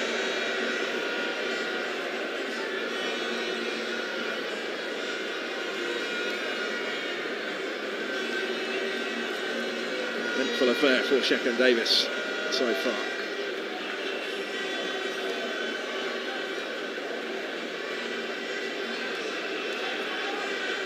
Chukwueze.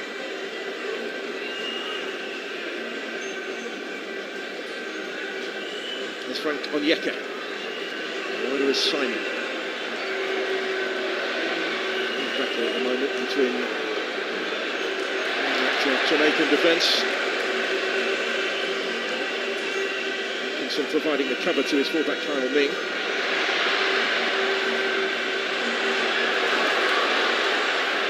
And again under pressure this time. Didn't get the free kick he was hoping for in there. Instead it will be a Nigerian corner taken quickly by Dessers. Felix Agu. Chukwueze. Oh, brilliantly done. Here's Dessers, and just over the top from Arokodare. He's had a couple of glimpses of goal already since he came on. That was well worked in the build-up from the Super Eagles. Chukwueze looks full of tricks, doesn't he? Full of attacking intent, nearly make something happen again despite the odds being against him, numerically certainly. So it's going to be Cyril Dessers that will make way in this Nigerian change for Santos Uche for a debut. Regular in La Liga for Hetafe this season, started 30 games for them in the Spanish top flight where he spent the entirety of his professional career. Ravel Morrison on for Jamaica as well in place of Casey Palmer. And Morrison was a late call-up just before the semi-final when he also came on in the second half. On in place of Palmer here. Steve McLaren getting a good look at Ravel Morrison, whom he worked with previously at Derby County. And he hasn't been able to get a good look at him at club level because he plays these days in the third tier in the United Arab Emirates with precision football. And McLaren initially had made the decision to leave him out of the squad simply because he hadn't been able to check on his form and fitness. Never mind in person, but not even on camera. But Nelson will get another go into 20th cap whilst Shako Davis is down. A little bit concerning for the keeper. The backups, as I mentioned, are uncapped on the bench, Williams and Chambers, but there is Santos Uche for an opportunity that he is hoping to capitalise. Chance for somebody in this closing quarter of an hour to make themselves a hero. And if not, we go to penalties. He's finished his first season with Getafe as Gtech. 4 goals he got in La Liga. Started the last 3 games of it. Still no nearer knowing how this is going to end up. And Tony, an interesting spectator at this stage. It was through his dad that he qualified for Jamaica. Decided to pledge his international allegiance to England in the end instead. The Reggae Boyz had certainly made a number of attempts to persuade him otherwise. Supporting them today.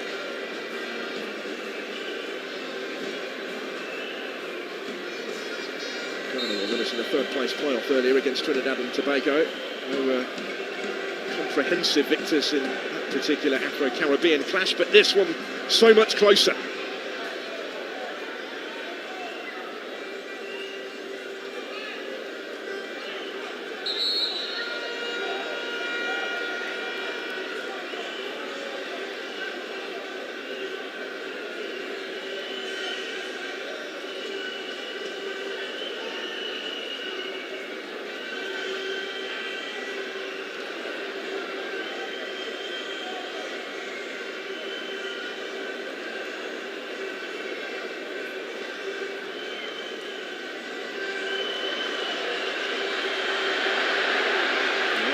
Again, Felix Agu immediately looking at the referees and get the benefit of the doubt there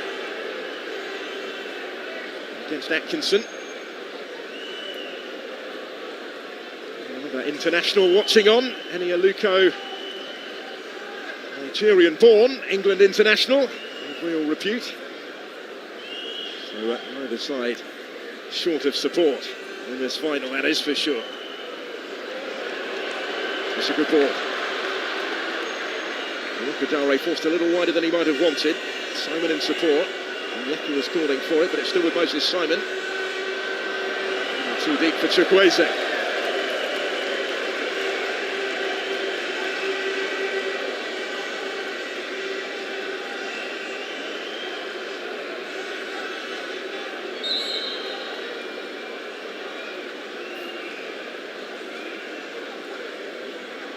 Chukwueze who stayed down.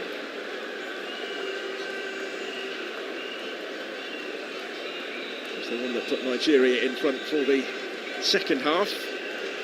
And the second time, the first time in the second half.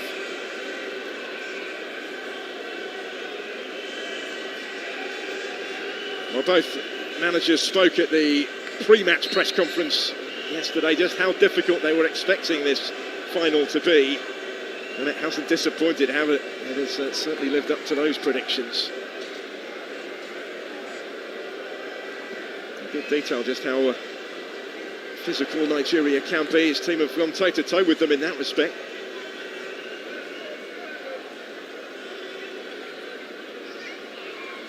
And it might be as much about mental strength at the end and determining who ultimately will prevail.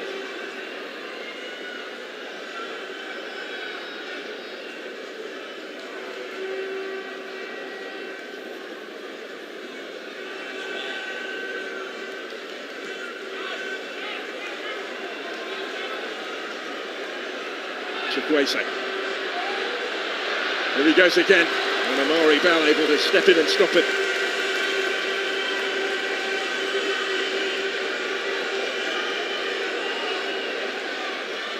Taken quickly. Ismaila and Chukwueze combine. Ismaila sends in the cross. It's going to be cleared as far as Samuel Chukwueze. And again that he has had. And awkwardly from Ndidi, and a corner to come. Nigeria just wrestling back the authority a little bit. They're in the ascendancy again at the moment.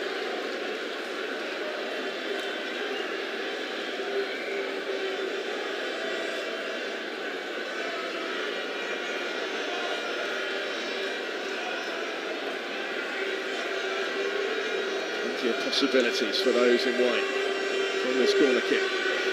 Chukwueze to take it. That's partially cleared by Russell, who's going to get another go. It's a bit more behind that one. Phillips Agu is underneath it, then had to react quickly. Went for Bell though. Atkinson on the move.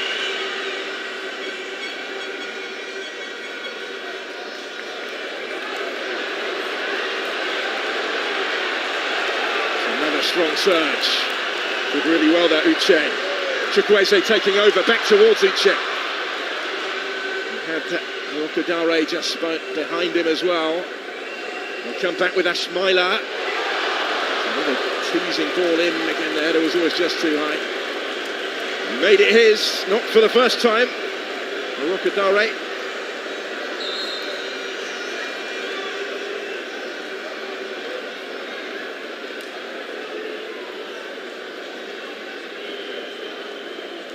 Starting to provide the service, isn't he, from right back? Sadiq Ismaila. Further changes incoming for Nigeria. Potentially moves made, maybe with penalties in mind. We're going to bring on Kelechi Iheanacho here. And Bruno Onyemaechi as well, but Jamaica will make their move first. John Russell, who scored the second equaliser, is being replaced by Warner Brown. There's another late arrival to this squad. He wasn't available on Tuesday either. Made his way over from Jamaica, where he plays with the Arnott Gardens club. It's his fourth cap. Scored on his last one against St Vincent and the Grenadines in March. He's on.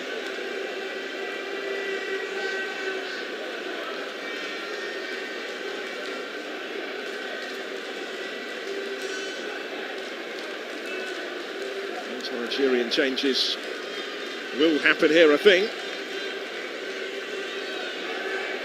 Steve McClaren getting another message across, having just made that latest change. So here come the changes. Felix Agu making way on debut, which ends here. Like change at left back. Bruno Onyemaechi, who won the domestic double in Greece with Olympiacos, having joined in January, is on in his place. He started the semi-final.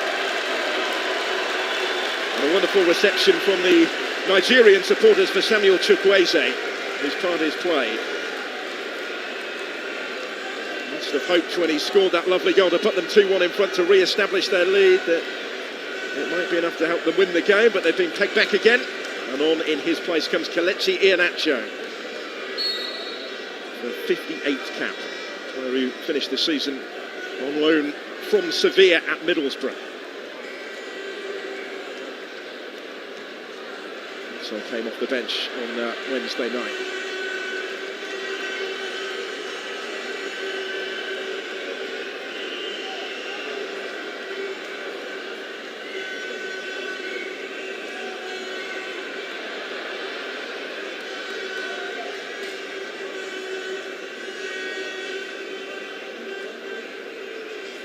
Was coming on at this juncture now that they may well be involved potentially in a penalty shootout. Although Jamaica left it much later in midweek to win it without, and they scored from the spot in stoppage time.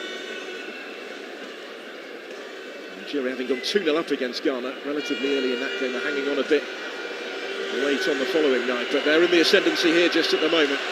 Looking to edge ahead for the third time in the game. Frank Onyeka will have to settle for the corner. It was Isaac Hayden that got back to him.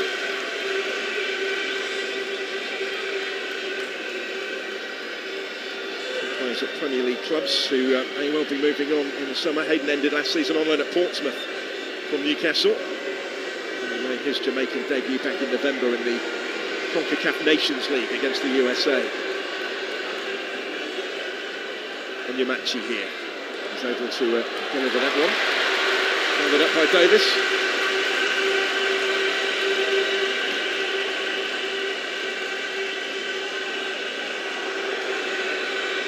Actually came on for a penalty shootout shot on Davis in the Jamaican Premier League playoff final.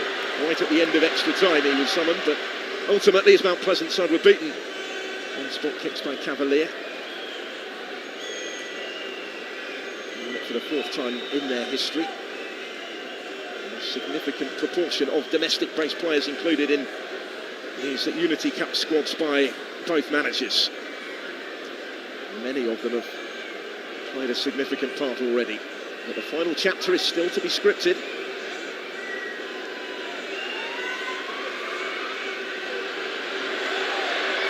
Coming under pressure, just not quite able to fashion a way through from there. Good defending to deny Warner Brown.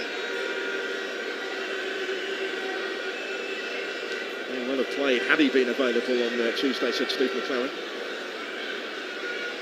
He gave him his debut in February in that friendly with Trinidad and Tobago.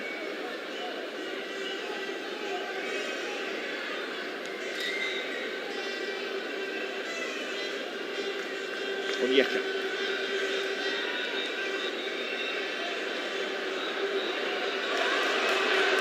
Simon. Now both Uche and Rokodare calling forward in the penalty area. Didn't get that far. Richard King playing a part in preventing it from doing so. And Jamaica. Such a successful half-season with Olympiacos. Decent distance on the throw. But, straight through it goes in the end into the gloves of the goalkeeper.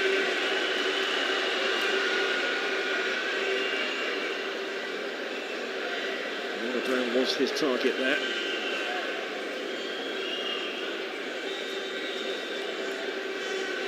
And he's straight to the conclusion as well. Chris Shooton, former Ghanaian boss, who sidewall winners earlier, former sidewall winners earlier. There's a star-studded audience at the Gtech Community Stadium today. It's a competition that has piqued the interest, certainly, in this part of the world. Good effort. Ian Acho's first involvement, really, but Davis dealt with it.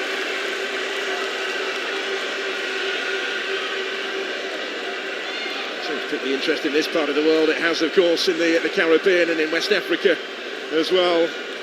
In addition to the diaspora communities in London representing these two nations, able to savour seeing their side in the flesh. That's what it's all about. It's certainly been embraced by everyone involved.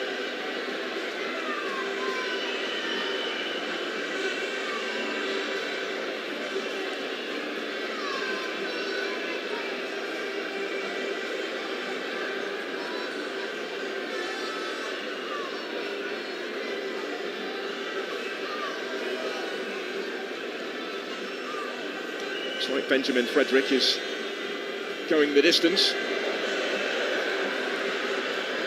Uche was able to reach it first, but it was too far in front of Moses Simon. Davis has been kept busy, but most of his work in the second half has been relatively routine, beaten of course by the Chukwueze effort. And they still have a big part to play if it does get as far as penalties. No extra time, it will go straight to the shootout at its level after the 90.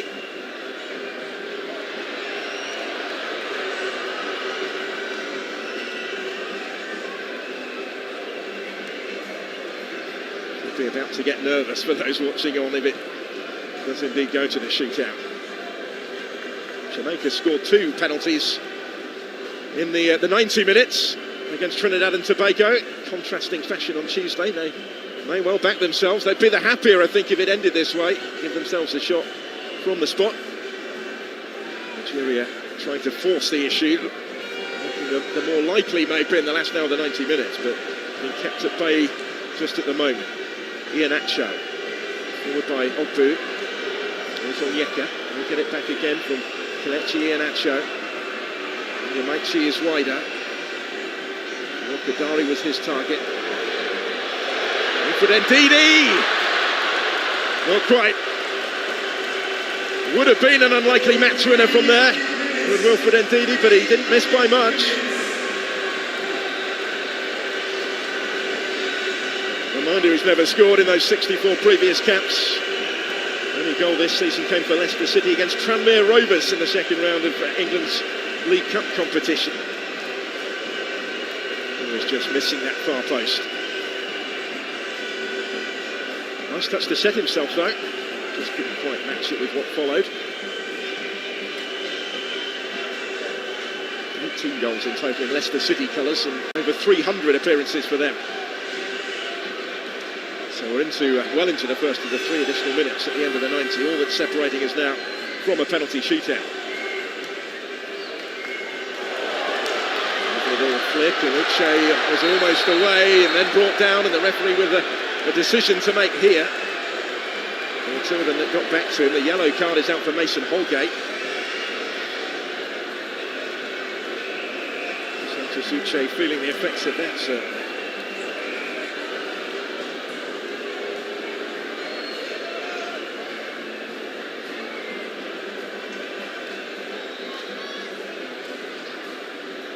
Booking was for the earlier one, actually.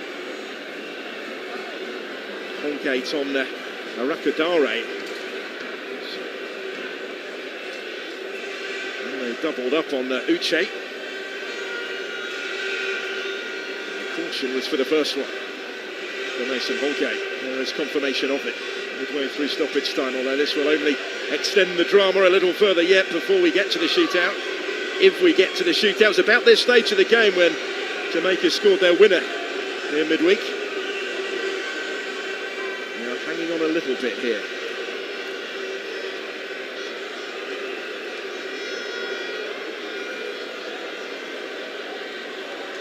Nigeria, the only nation that have previously lifted the Unity Cup. They beat Jamaica in a one-off game when it was first played in 2002 at Loftus Road.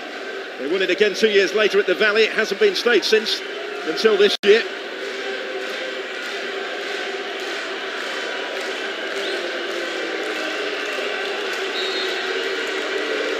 Here's the free kick.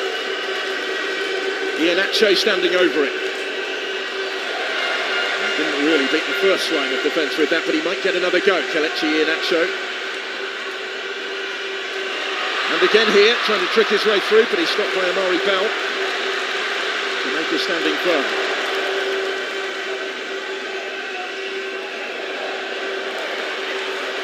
And it works loose for Warner Brown.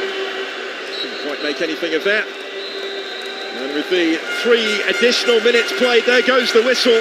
They can't be separated, and it will take a penalty shootout to do so. And to determine who will lift the Unity Cup at the end of this, we're still no nearer knowing.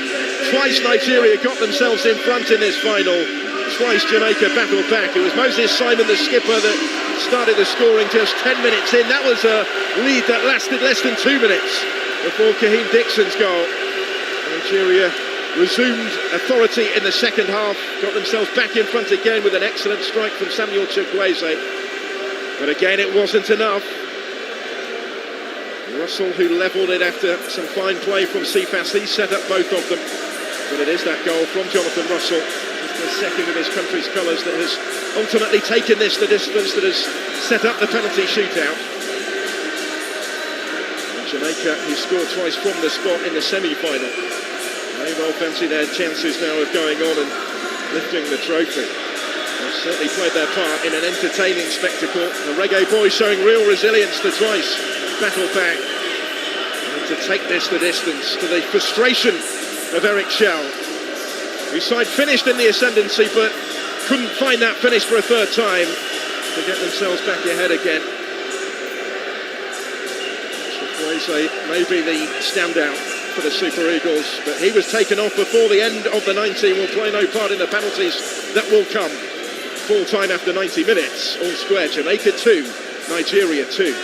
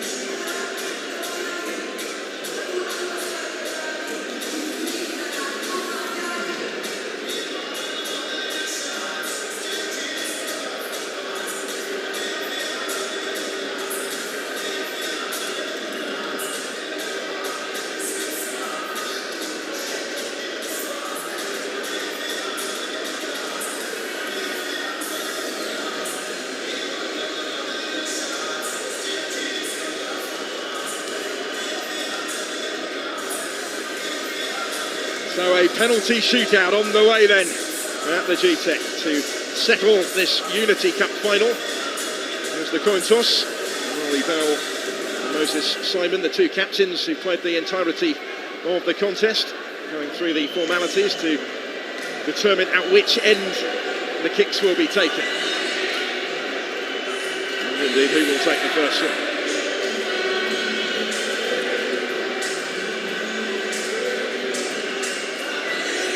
Well, both these nations are hoping to go on and qualify for next year's World Cup. They both still have plenty to do in that, but occasions such as this will help with those preparations, perhaps. It has the feeling of a championship, doesn't it? There is silverware at stake, of course, at the end of this. And we're still no nearer knowing which of them will be lifting that Unity Cup. But it's an eventuality, I'm sure, that both have prepared for. Steve McLaren was busy issuing the instructions, determining the order in which his players will take the penalties. We saw two really contrasting spot kicks from them in the semi-final. A Panenka from Palmer and a powerful one into the top corner from Richard King, who is still out there and will take one, I'm sure.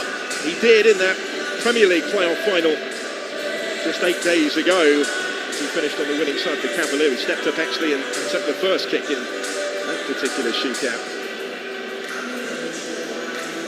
We're passing on the instructions as well to the two goalkeepers, Stanley Wabali and Shekan Davis, who came on to face those penalties in that domestic final. He replaced Tafari Chambers, who played 120 minutes. It was a change that ultimately proved in vain. Davis will hope for rather greater success tonight.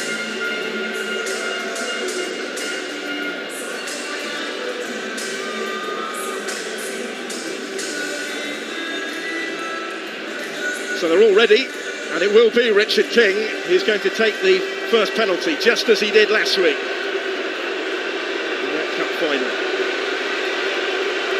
Scored from the spot in the semi in stoppage time to win it for Jamaica, to get the better of Trinidad and Tobago. That was his first international goal. He is going to take the opening penalty here up against Stanley Wabali in that Nigerian goal.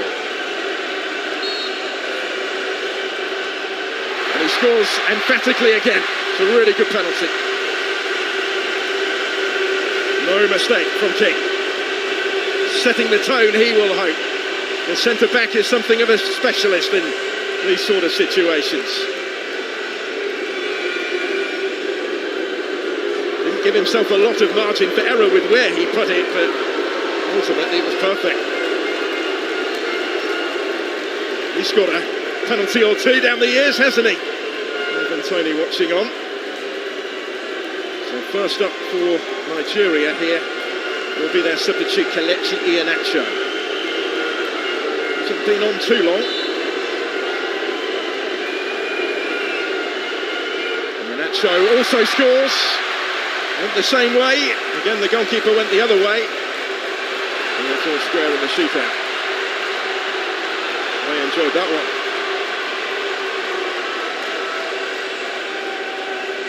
Took his time but kept his composure. So Davis the wrong way.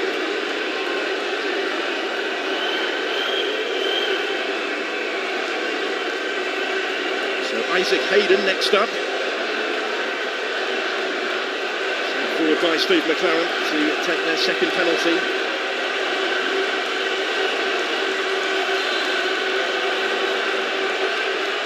Isaac Hayden also scores. This time the goalkeeper went the other way, but dived out of the way. And it's 2-1 Jamaica. Smile on the face of Isaac Hayden. He's a relative newcomer to this Reggae Boyz team. He certainly enjoyed this competition. In both the games. So Moses Simon, who started the scoring today, Nigeria's most experienced international on the field, is going to step up to take the next one. Must have thought when he put his team in front 10 minutes into the game that it might have been a much more straightforward evening than it's developed into. There was a little bit of pressure on his penalty.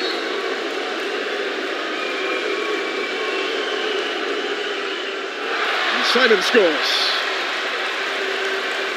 Good penalty so far. the goalkeeper has been able to guess right yet.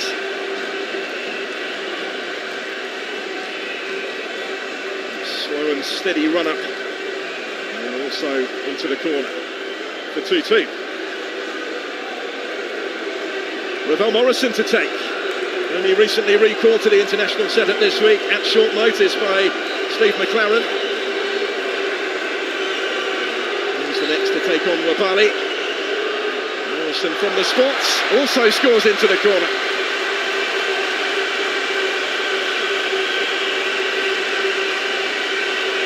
They remain perfect so far. This time the goalkeeper did go the right way, but he couldn't get to it. To be right into the corner. I thought because he'd gone the right way that he might have got to that, but it was excellent from Ravel Morrison. His part is played. Rocadare next up. Wonderful season he's had in front of goal in Belgium with Gtech. Scored 21 times in their top flight. He's over the next one. Also scores in off the post this time. Well, again, nobody leaving much margin for error, but nobody making an error so far.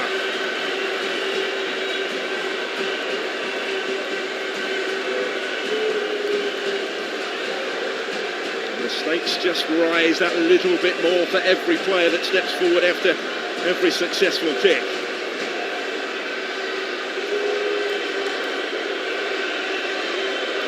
Dwayne Atkinson. Now he was a title winner with Cavalier in that penalty shootout last week. In for just his fourth cap today, taking their fourth penalty.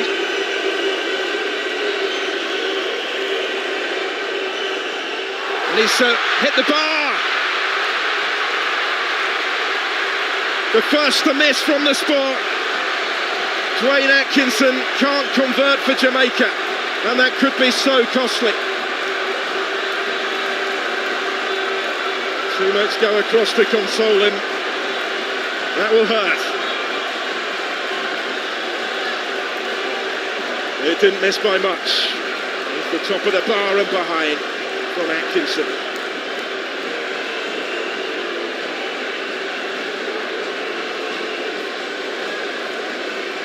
He was taken off before that penalty shootout last week in the Jamaican Premier League. He couldn't convert, so it's advantage Nigeria. If they can from this one, Onyemaechi does so emphatically, and they're one kick away. Thumped in from the fullback for 4-3 Nigeria on penalties. The next one has to go in to give Jamaica any chance.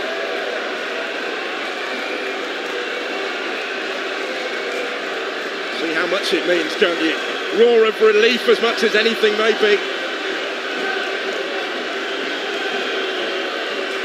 The captain to assume responsibility for this. Amari Bell has to score, or the Reggae Boyz are beaten.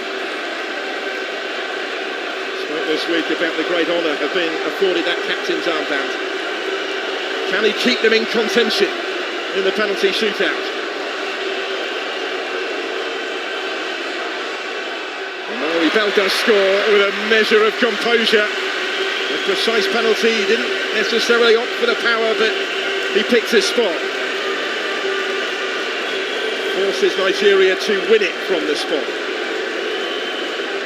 The next kick could be the crucial one. If it goes in, Nigeria win the Unity Cup. Bell just applying that little bit of pressure.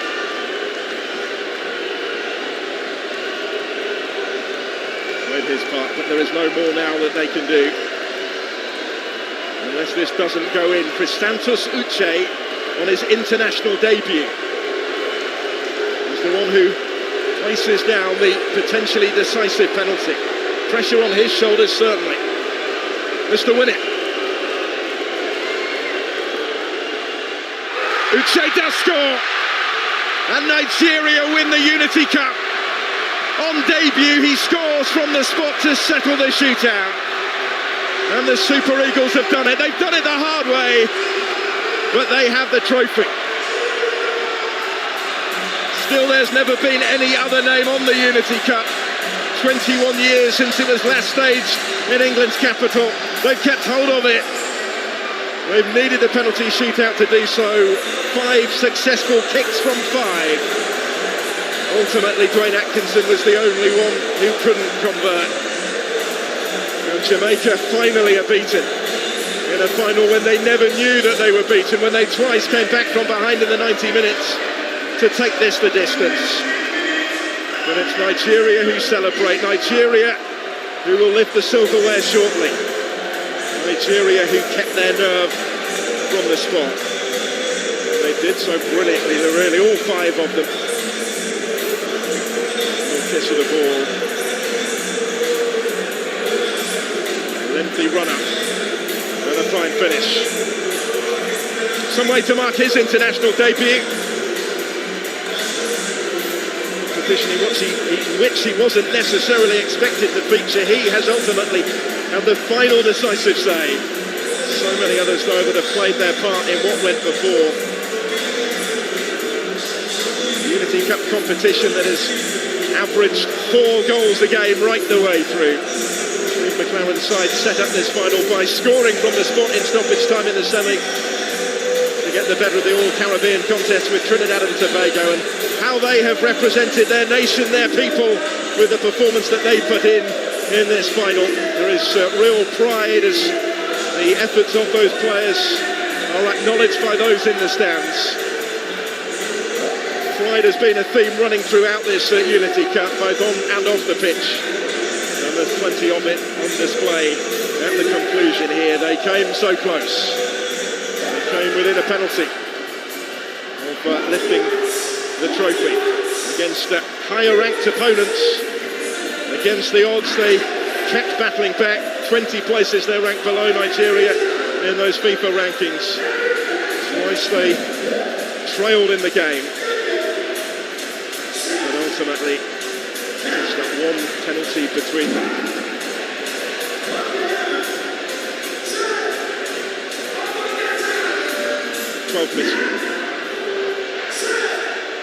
Dwayne Atkinson was the unfortunate player in the shootout. Ultimately, of course, it's the positives from the performance that will carry them forward to matches that really matter in terms of qualification. Nigeria have one more friendly to play before they turn their attentions to World Cup qualifying. That will come in Moscow in just 6 days' time, that friendly game against Russia before they resume World Cup qualifying, with work to do against Rwanda on the last day of August. But before then, there is certainly plenty of time to celebrate this. They can enjoy the moment. He can certainly enjoy the moment, and what a moment it was for Uche on debut. Took a bit of nerve as well to do what he did in the circumstances. And he did it with real confidence. I know they've been in a real battle, Eric Shell's side. He was unhappy with how physical it was turning into in that first half, but his side hung in there and ultimately found a way. Nacho there, who started the scoring from the spot.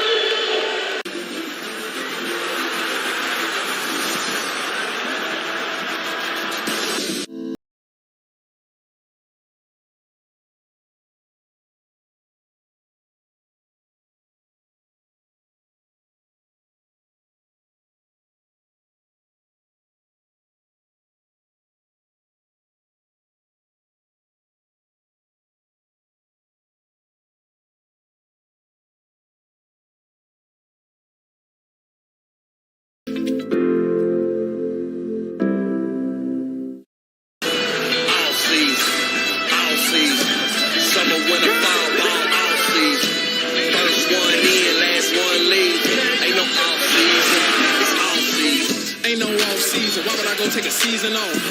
This my boss season. Eyes the clock in the clock of the lotto. Couldn't just come out on top when I wanted to. Eyes to sit in the heat like a pyros. Produce a beat and made a couple knots. They taking a shortcut, I'm taking shots. Can't go good on no slot. I'm trying to pull off a miracle. DJ scratch it for me. He could have been scratching a cereal. Afro Sport, your freedom of sport.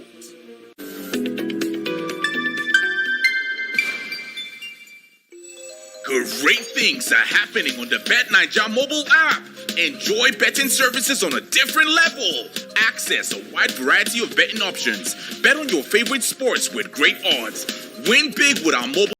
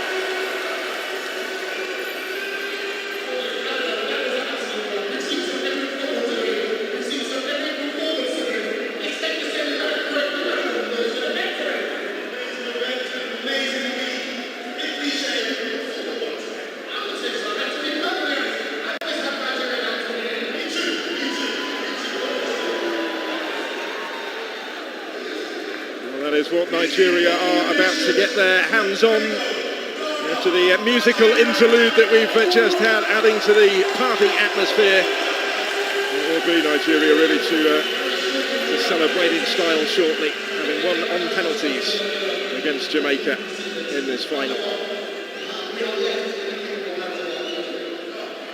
Both sets of players putting so much into this final, and indeed this competition as a whole, both coming through really tough semi-finals in midweek and serving up another spectacle today in the sunshine in West London. West Africa have just and only just got the better of the West Indies. Needed penalties to do it.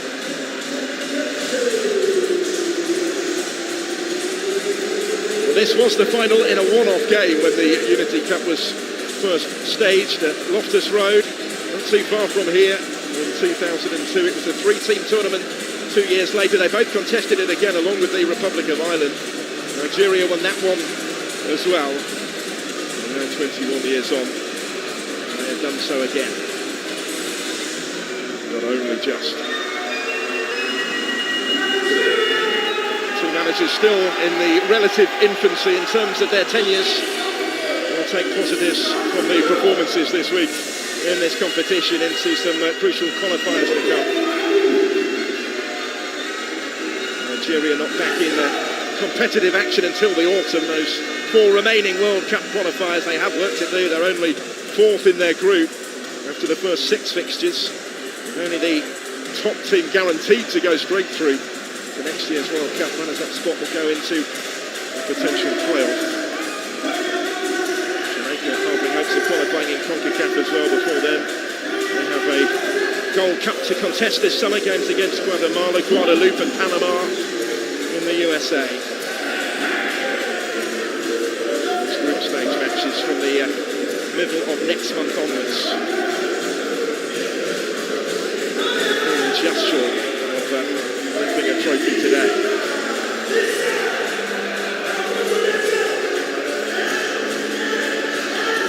His side have certainly played their part in the entertainment provided at this competition. They're heading for the tunnel with that part now played. An embrace between the bosses. It was fiercely fought. At times it threatened to boil over a little bit on the pitch, but there's real respect between those two at the end of it. Reasons for optimism for both of them. Still early in their tenures in charge.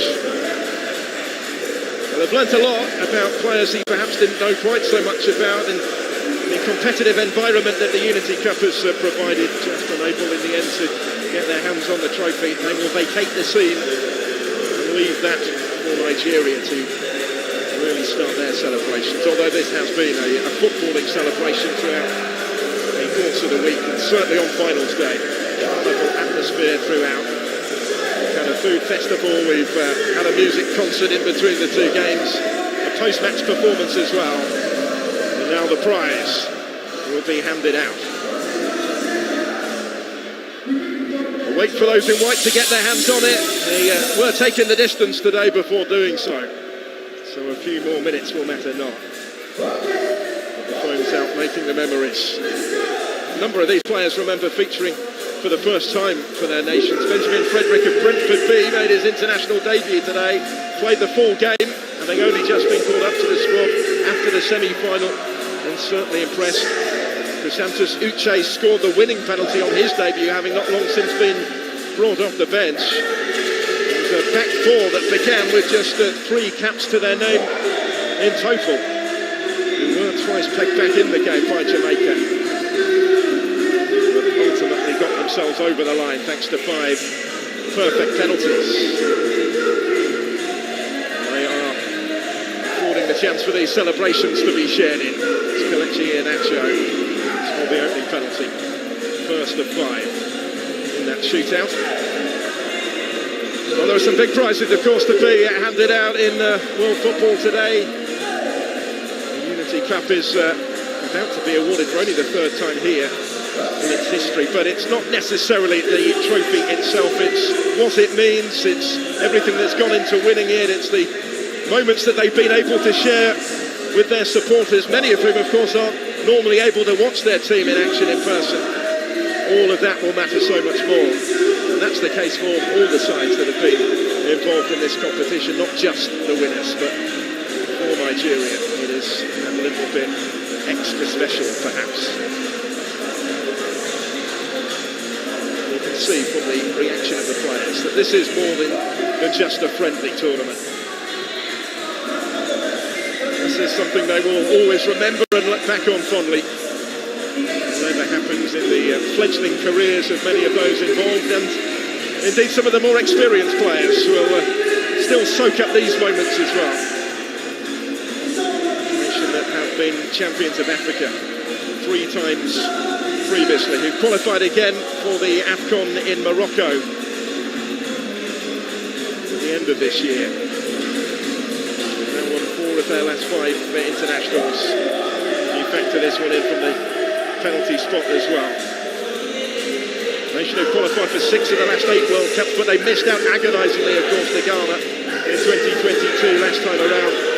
Missing out for the first time in 16 years. They are desperate to ensure there won't be a repeat next year. That was the reason, really, for the appointment of Eric Schell. Anything else is a bit of a bonus. The former Malian manager, who was appointed only a week into January on a 2-year contract. He remains unbeaten in charge. His previous job was in Algeria at the club side MC Oran. Lasted only 13 games. He will hope this is the start, though, of a lengthier tenure, a more successful spell. The hopes of a nation.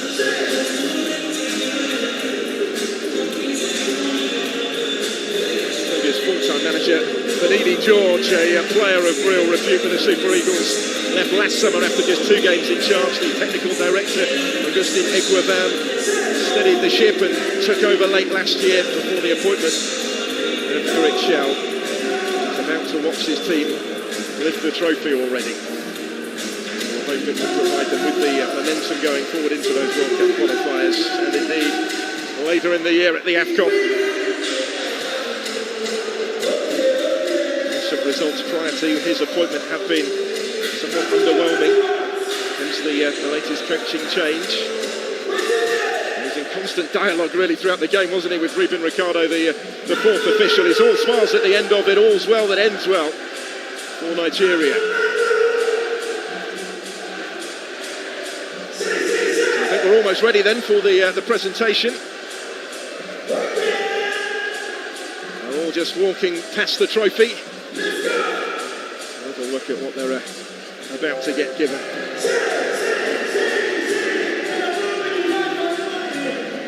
Committee made up of representatives from all the nations involved and the organisers of this competition, which has been a resounding success, I think it's fair to say, on and off the field.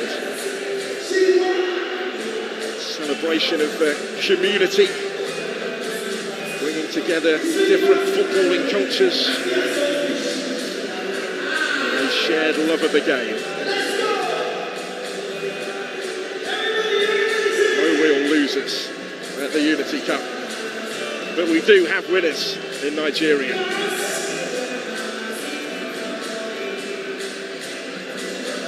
Another who made his debut, Felix Agu, until last week wasn't sure whether he was going to be able to do so, whether he'd be allowed to do so, but he played his part as well. Many others coming off the bench to have their say later in the game. 5 from 5 from the penalty spot. So congratulations indeed to the Super Eagles.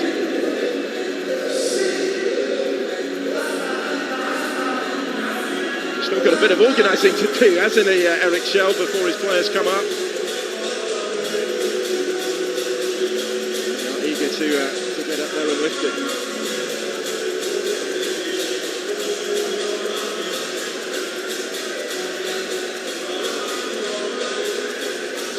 Satisfaction at the end of what at times was an awkward evening for his team.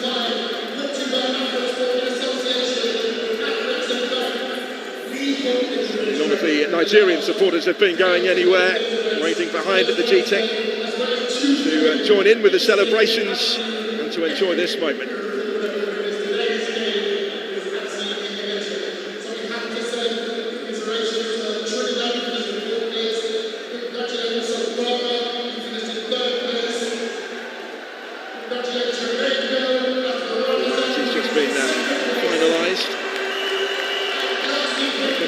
Party being addressed. No wait.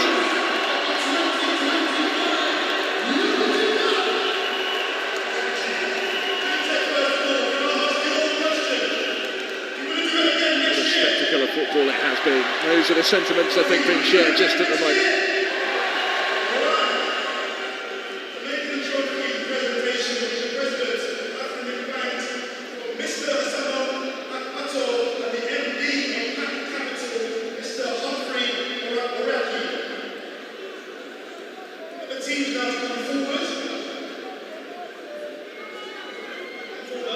involved still being introduced to the supporters that have stayed.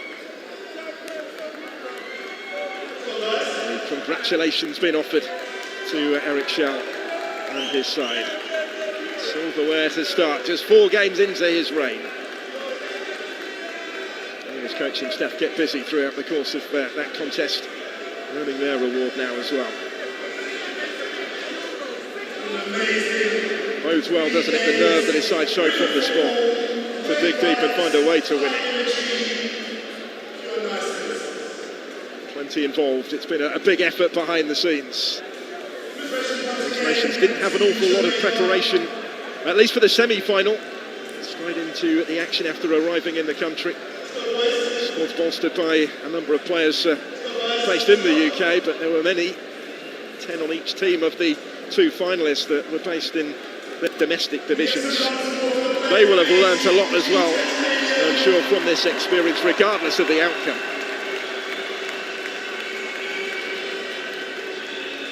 For many of the Super Eagles, just a taste of international action to whet the appetite. There's not always a trophy at the end of it, but they can enjoy today. Makes it that little bit extra special, doesn't it, for those in particular that have made their debut today.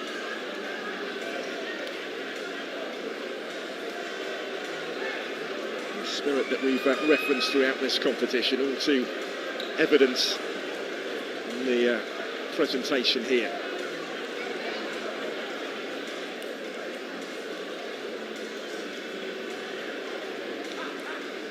Nothing was handed out to anybody here. They've had to work for it. They've had to really dig deep. And that is their reward.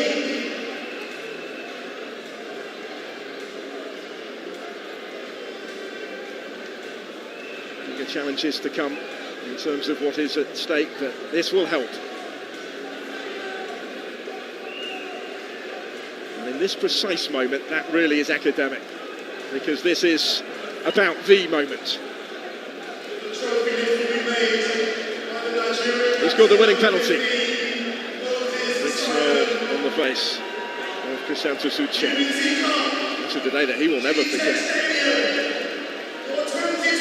They were here to see it, and here comes the presentation then to the captain, Moses Simon. There's the trophy in his hands. They are still the only team victorious in the Unity Cup. They won the earlier iterations in 2002 and 2004, and now 21 years on, Nigeria lift the Unity Cup again. And Moses Simon determined that everybody will be involved in these celebrations. Has his hands on the silverware. They enjoy the moment. Unity Cup winners 2025.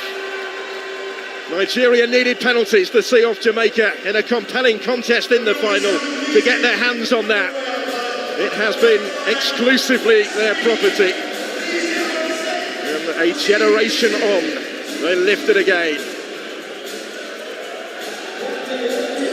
And they are rightly determined to enjoy it. But Barley wasn't in the end required to save a penalty, was he? The only one that didn't end up in the net, hit the bar. Costly one from Dwayne Atkinson of Jamaica, but to single anybody out would be churlish. They played their part in taking this the distance. But Nigeria inch perfect from the penalty spot. All 5 kicks delivered with real composure, which is why they've been able to get their hands on this trophy. 80 games and a decade into his international career, and it will still mean so much to Moses Simon, particularly overseeing this success alongside so many of the newcomers, the younger players, in particular Benjamin Frederick, who came through Moses Simon's academy back home in Kaduna. Together, they've lined up in the same team that has won the Unity Cup, and they are both part of this huge group effort that's delivered what they came here to do. After seeing off Ghana in the semi-finals, they came into this one as the favourites. You wouldn't necessarily always know it from the way the game went. They were pushing for the win at the end of the 90. They weren't able to edge ahead for a third time, but ultimately they didn't need to. And Eric Schell and his team will channel this positivity, this feel-good factor, I'm sure, in the games to come. Swiftly on to Moscow next for that friendly with Russia on Friday. And then World Cup qualifying to be completed in the autumn. We go into those games with a trophy in the cabinet. There have been an intention to bring this Unity Cup back to the footballing calendar for a number of years. They were hopeful of doing it pre-COVID. It didn't happen because of that. It has happened now, and how everyone involved in it has enjoyed it. Memories made for a new generation. Communities brought together, friendships fostered. You wouldn't necessarily have known that from the way it was contested on the field, but that was all forgotten as soon as the whistle went. A successful shootout for Nigeria has sparked the celebrations that everyone is getting involved in. They party for much of the day, in fairness, but they do so now with a little extra emphasis, a further spring in the step, and they will enjoy the evening.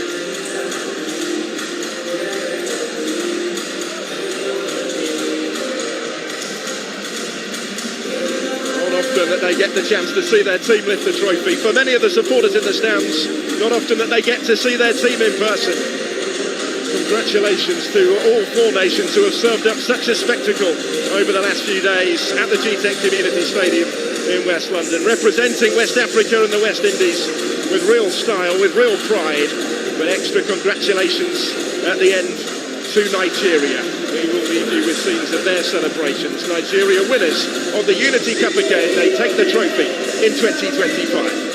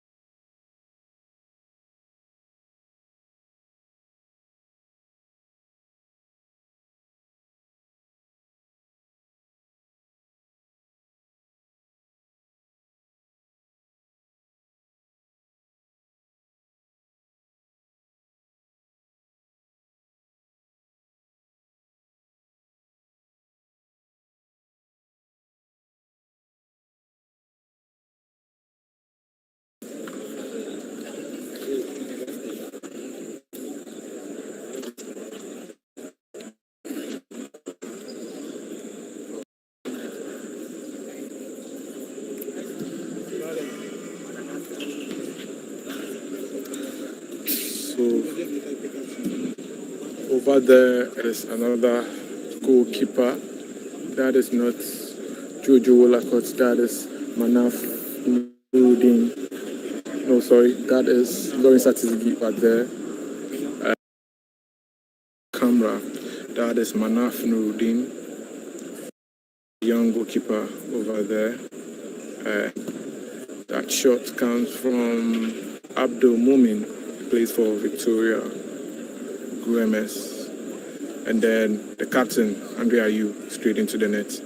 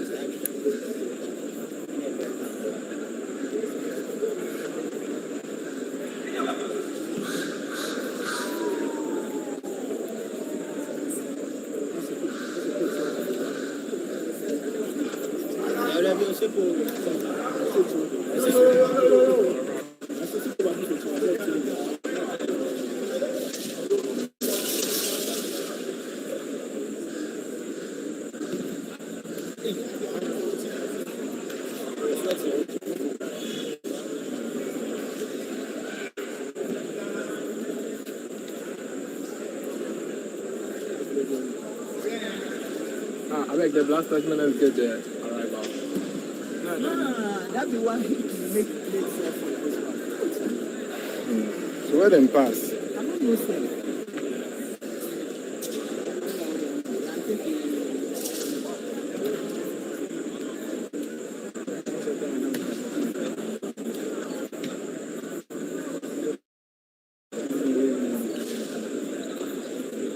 So the player who's about to kick the ball is Jonathan Mensah. He's kicking the ball with Abdul Mumin. Right about now, I think they are preparing for the Jama session. If you can see over here, the men in yellow with Otuado and George Boateng over there. Amati, yes, he's going to pick it up and join the Jama session. So I'll end it over here, then start another one for the Jama session. But basically, the players are still trying their shootouts. They are perfecting their shots and everything to ensure that probably tomorrow in the game against Madagascar, the Black Stars get enough goals. Well, the Black Stars have not won games. They've not won a match since 2021. Remember, 2022, we've not won a game yet. We went to the AFCON, we didn't win a game against Nigeria.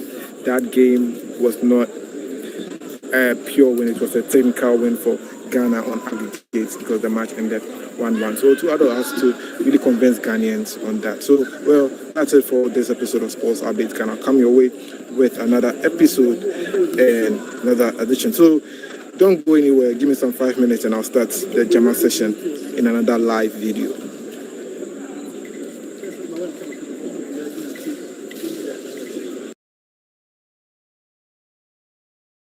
While they're fighting each other, Josh Gottheimer is fighting for you. Against utility companies ripping you off, out-of-control taxes, and sky-high rent.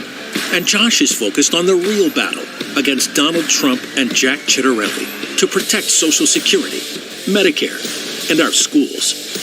A Jersey guy, a problem solver, a husband and dad. Josh will work every day to make Jersey more affordable so that every family can get ahead. This Memorial Day, let the sun power your outdoor fun. But back at home, save energy and money with a Simply Conserve Advanced Power Strip that eliminates excess electricity use and trims utility bills by intelligently cutting off power to connected devices while they're not in use. Get yours for as low as $7.12 for a limited time. And save power at any hour at the JCP&L Marketplace.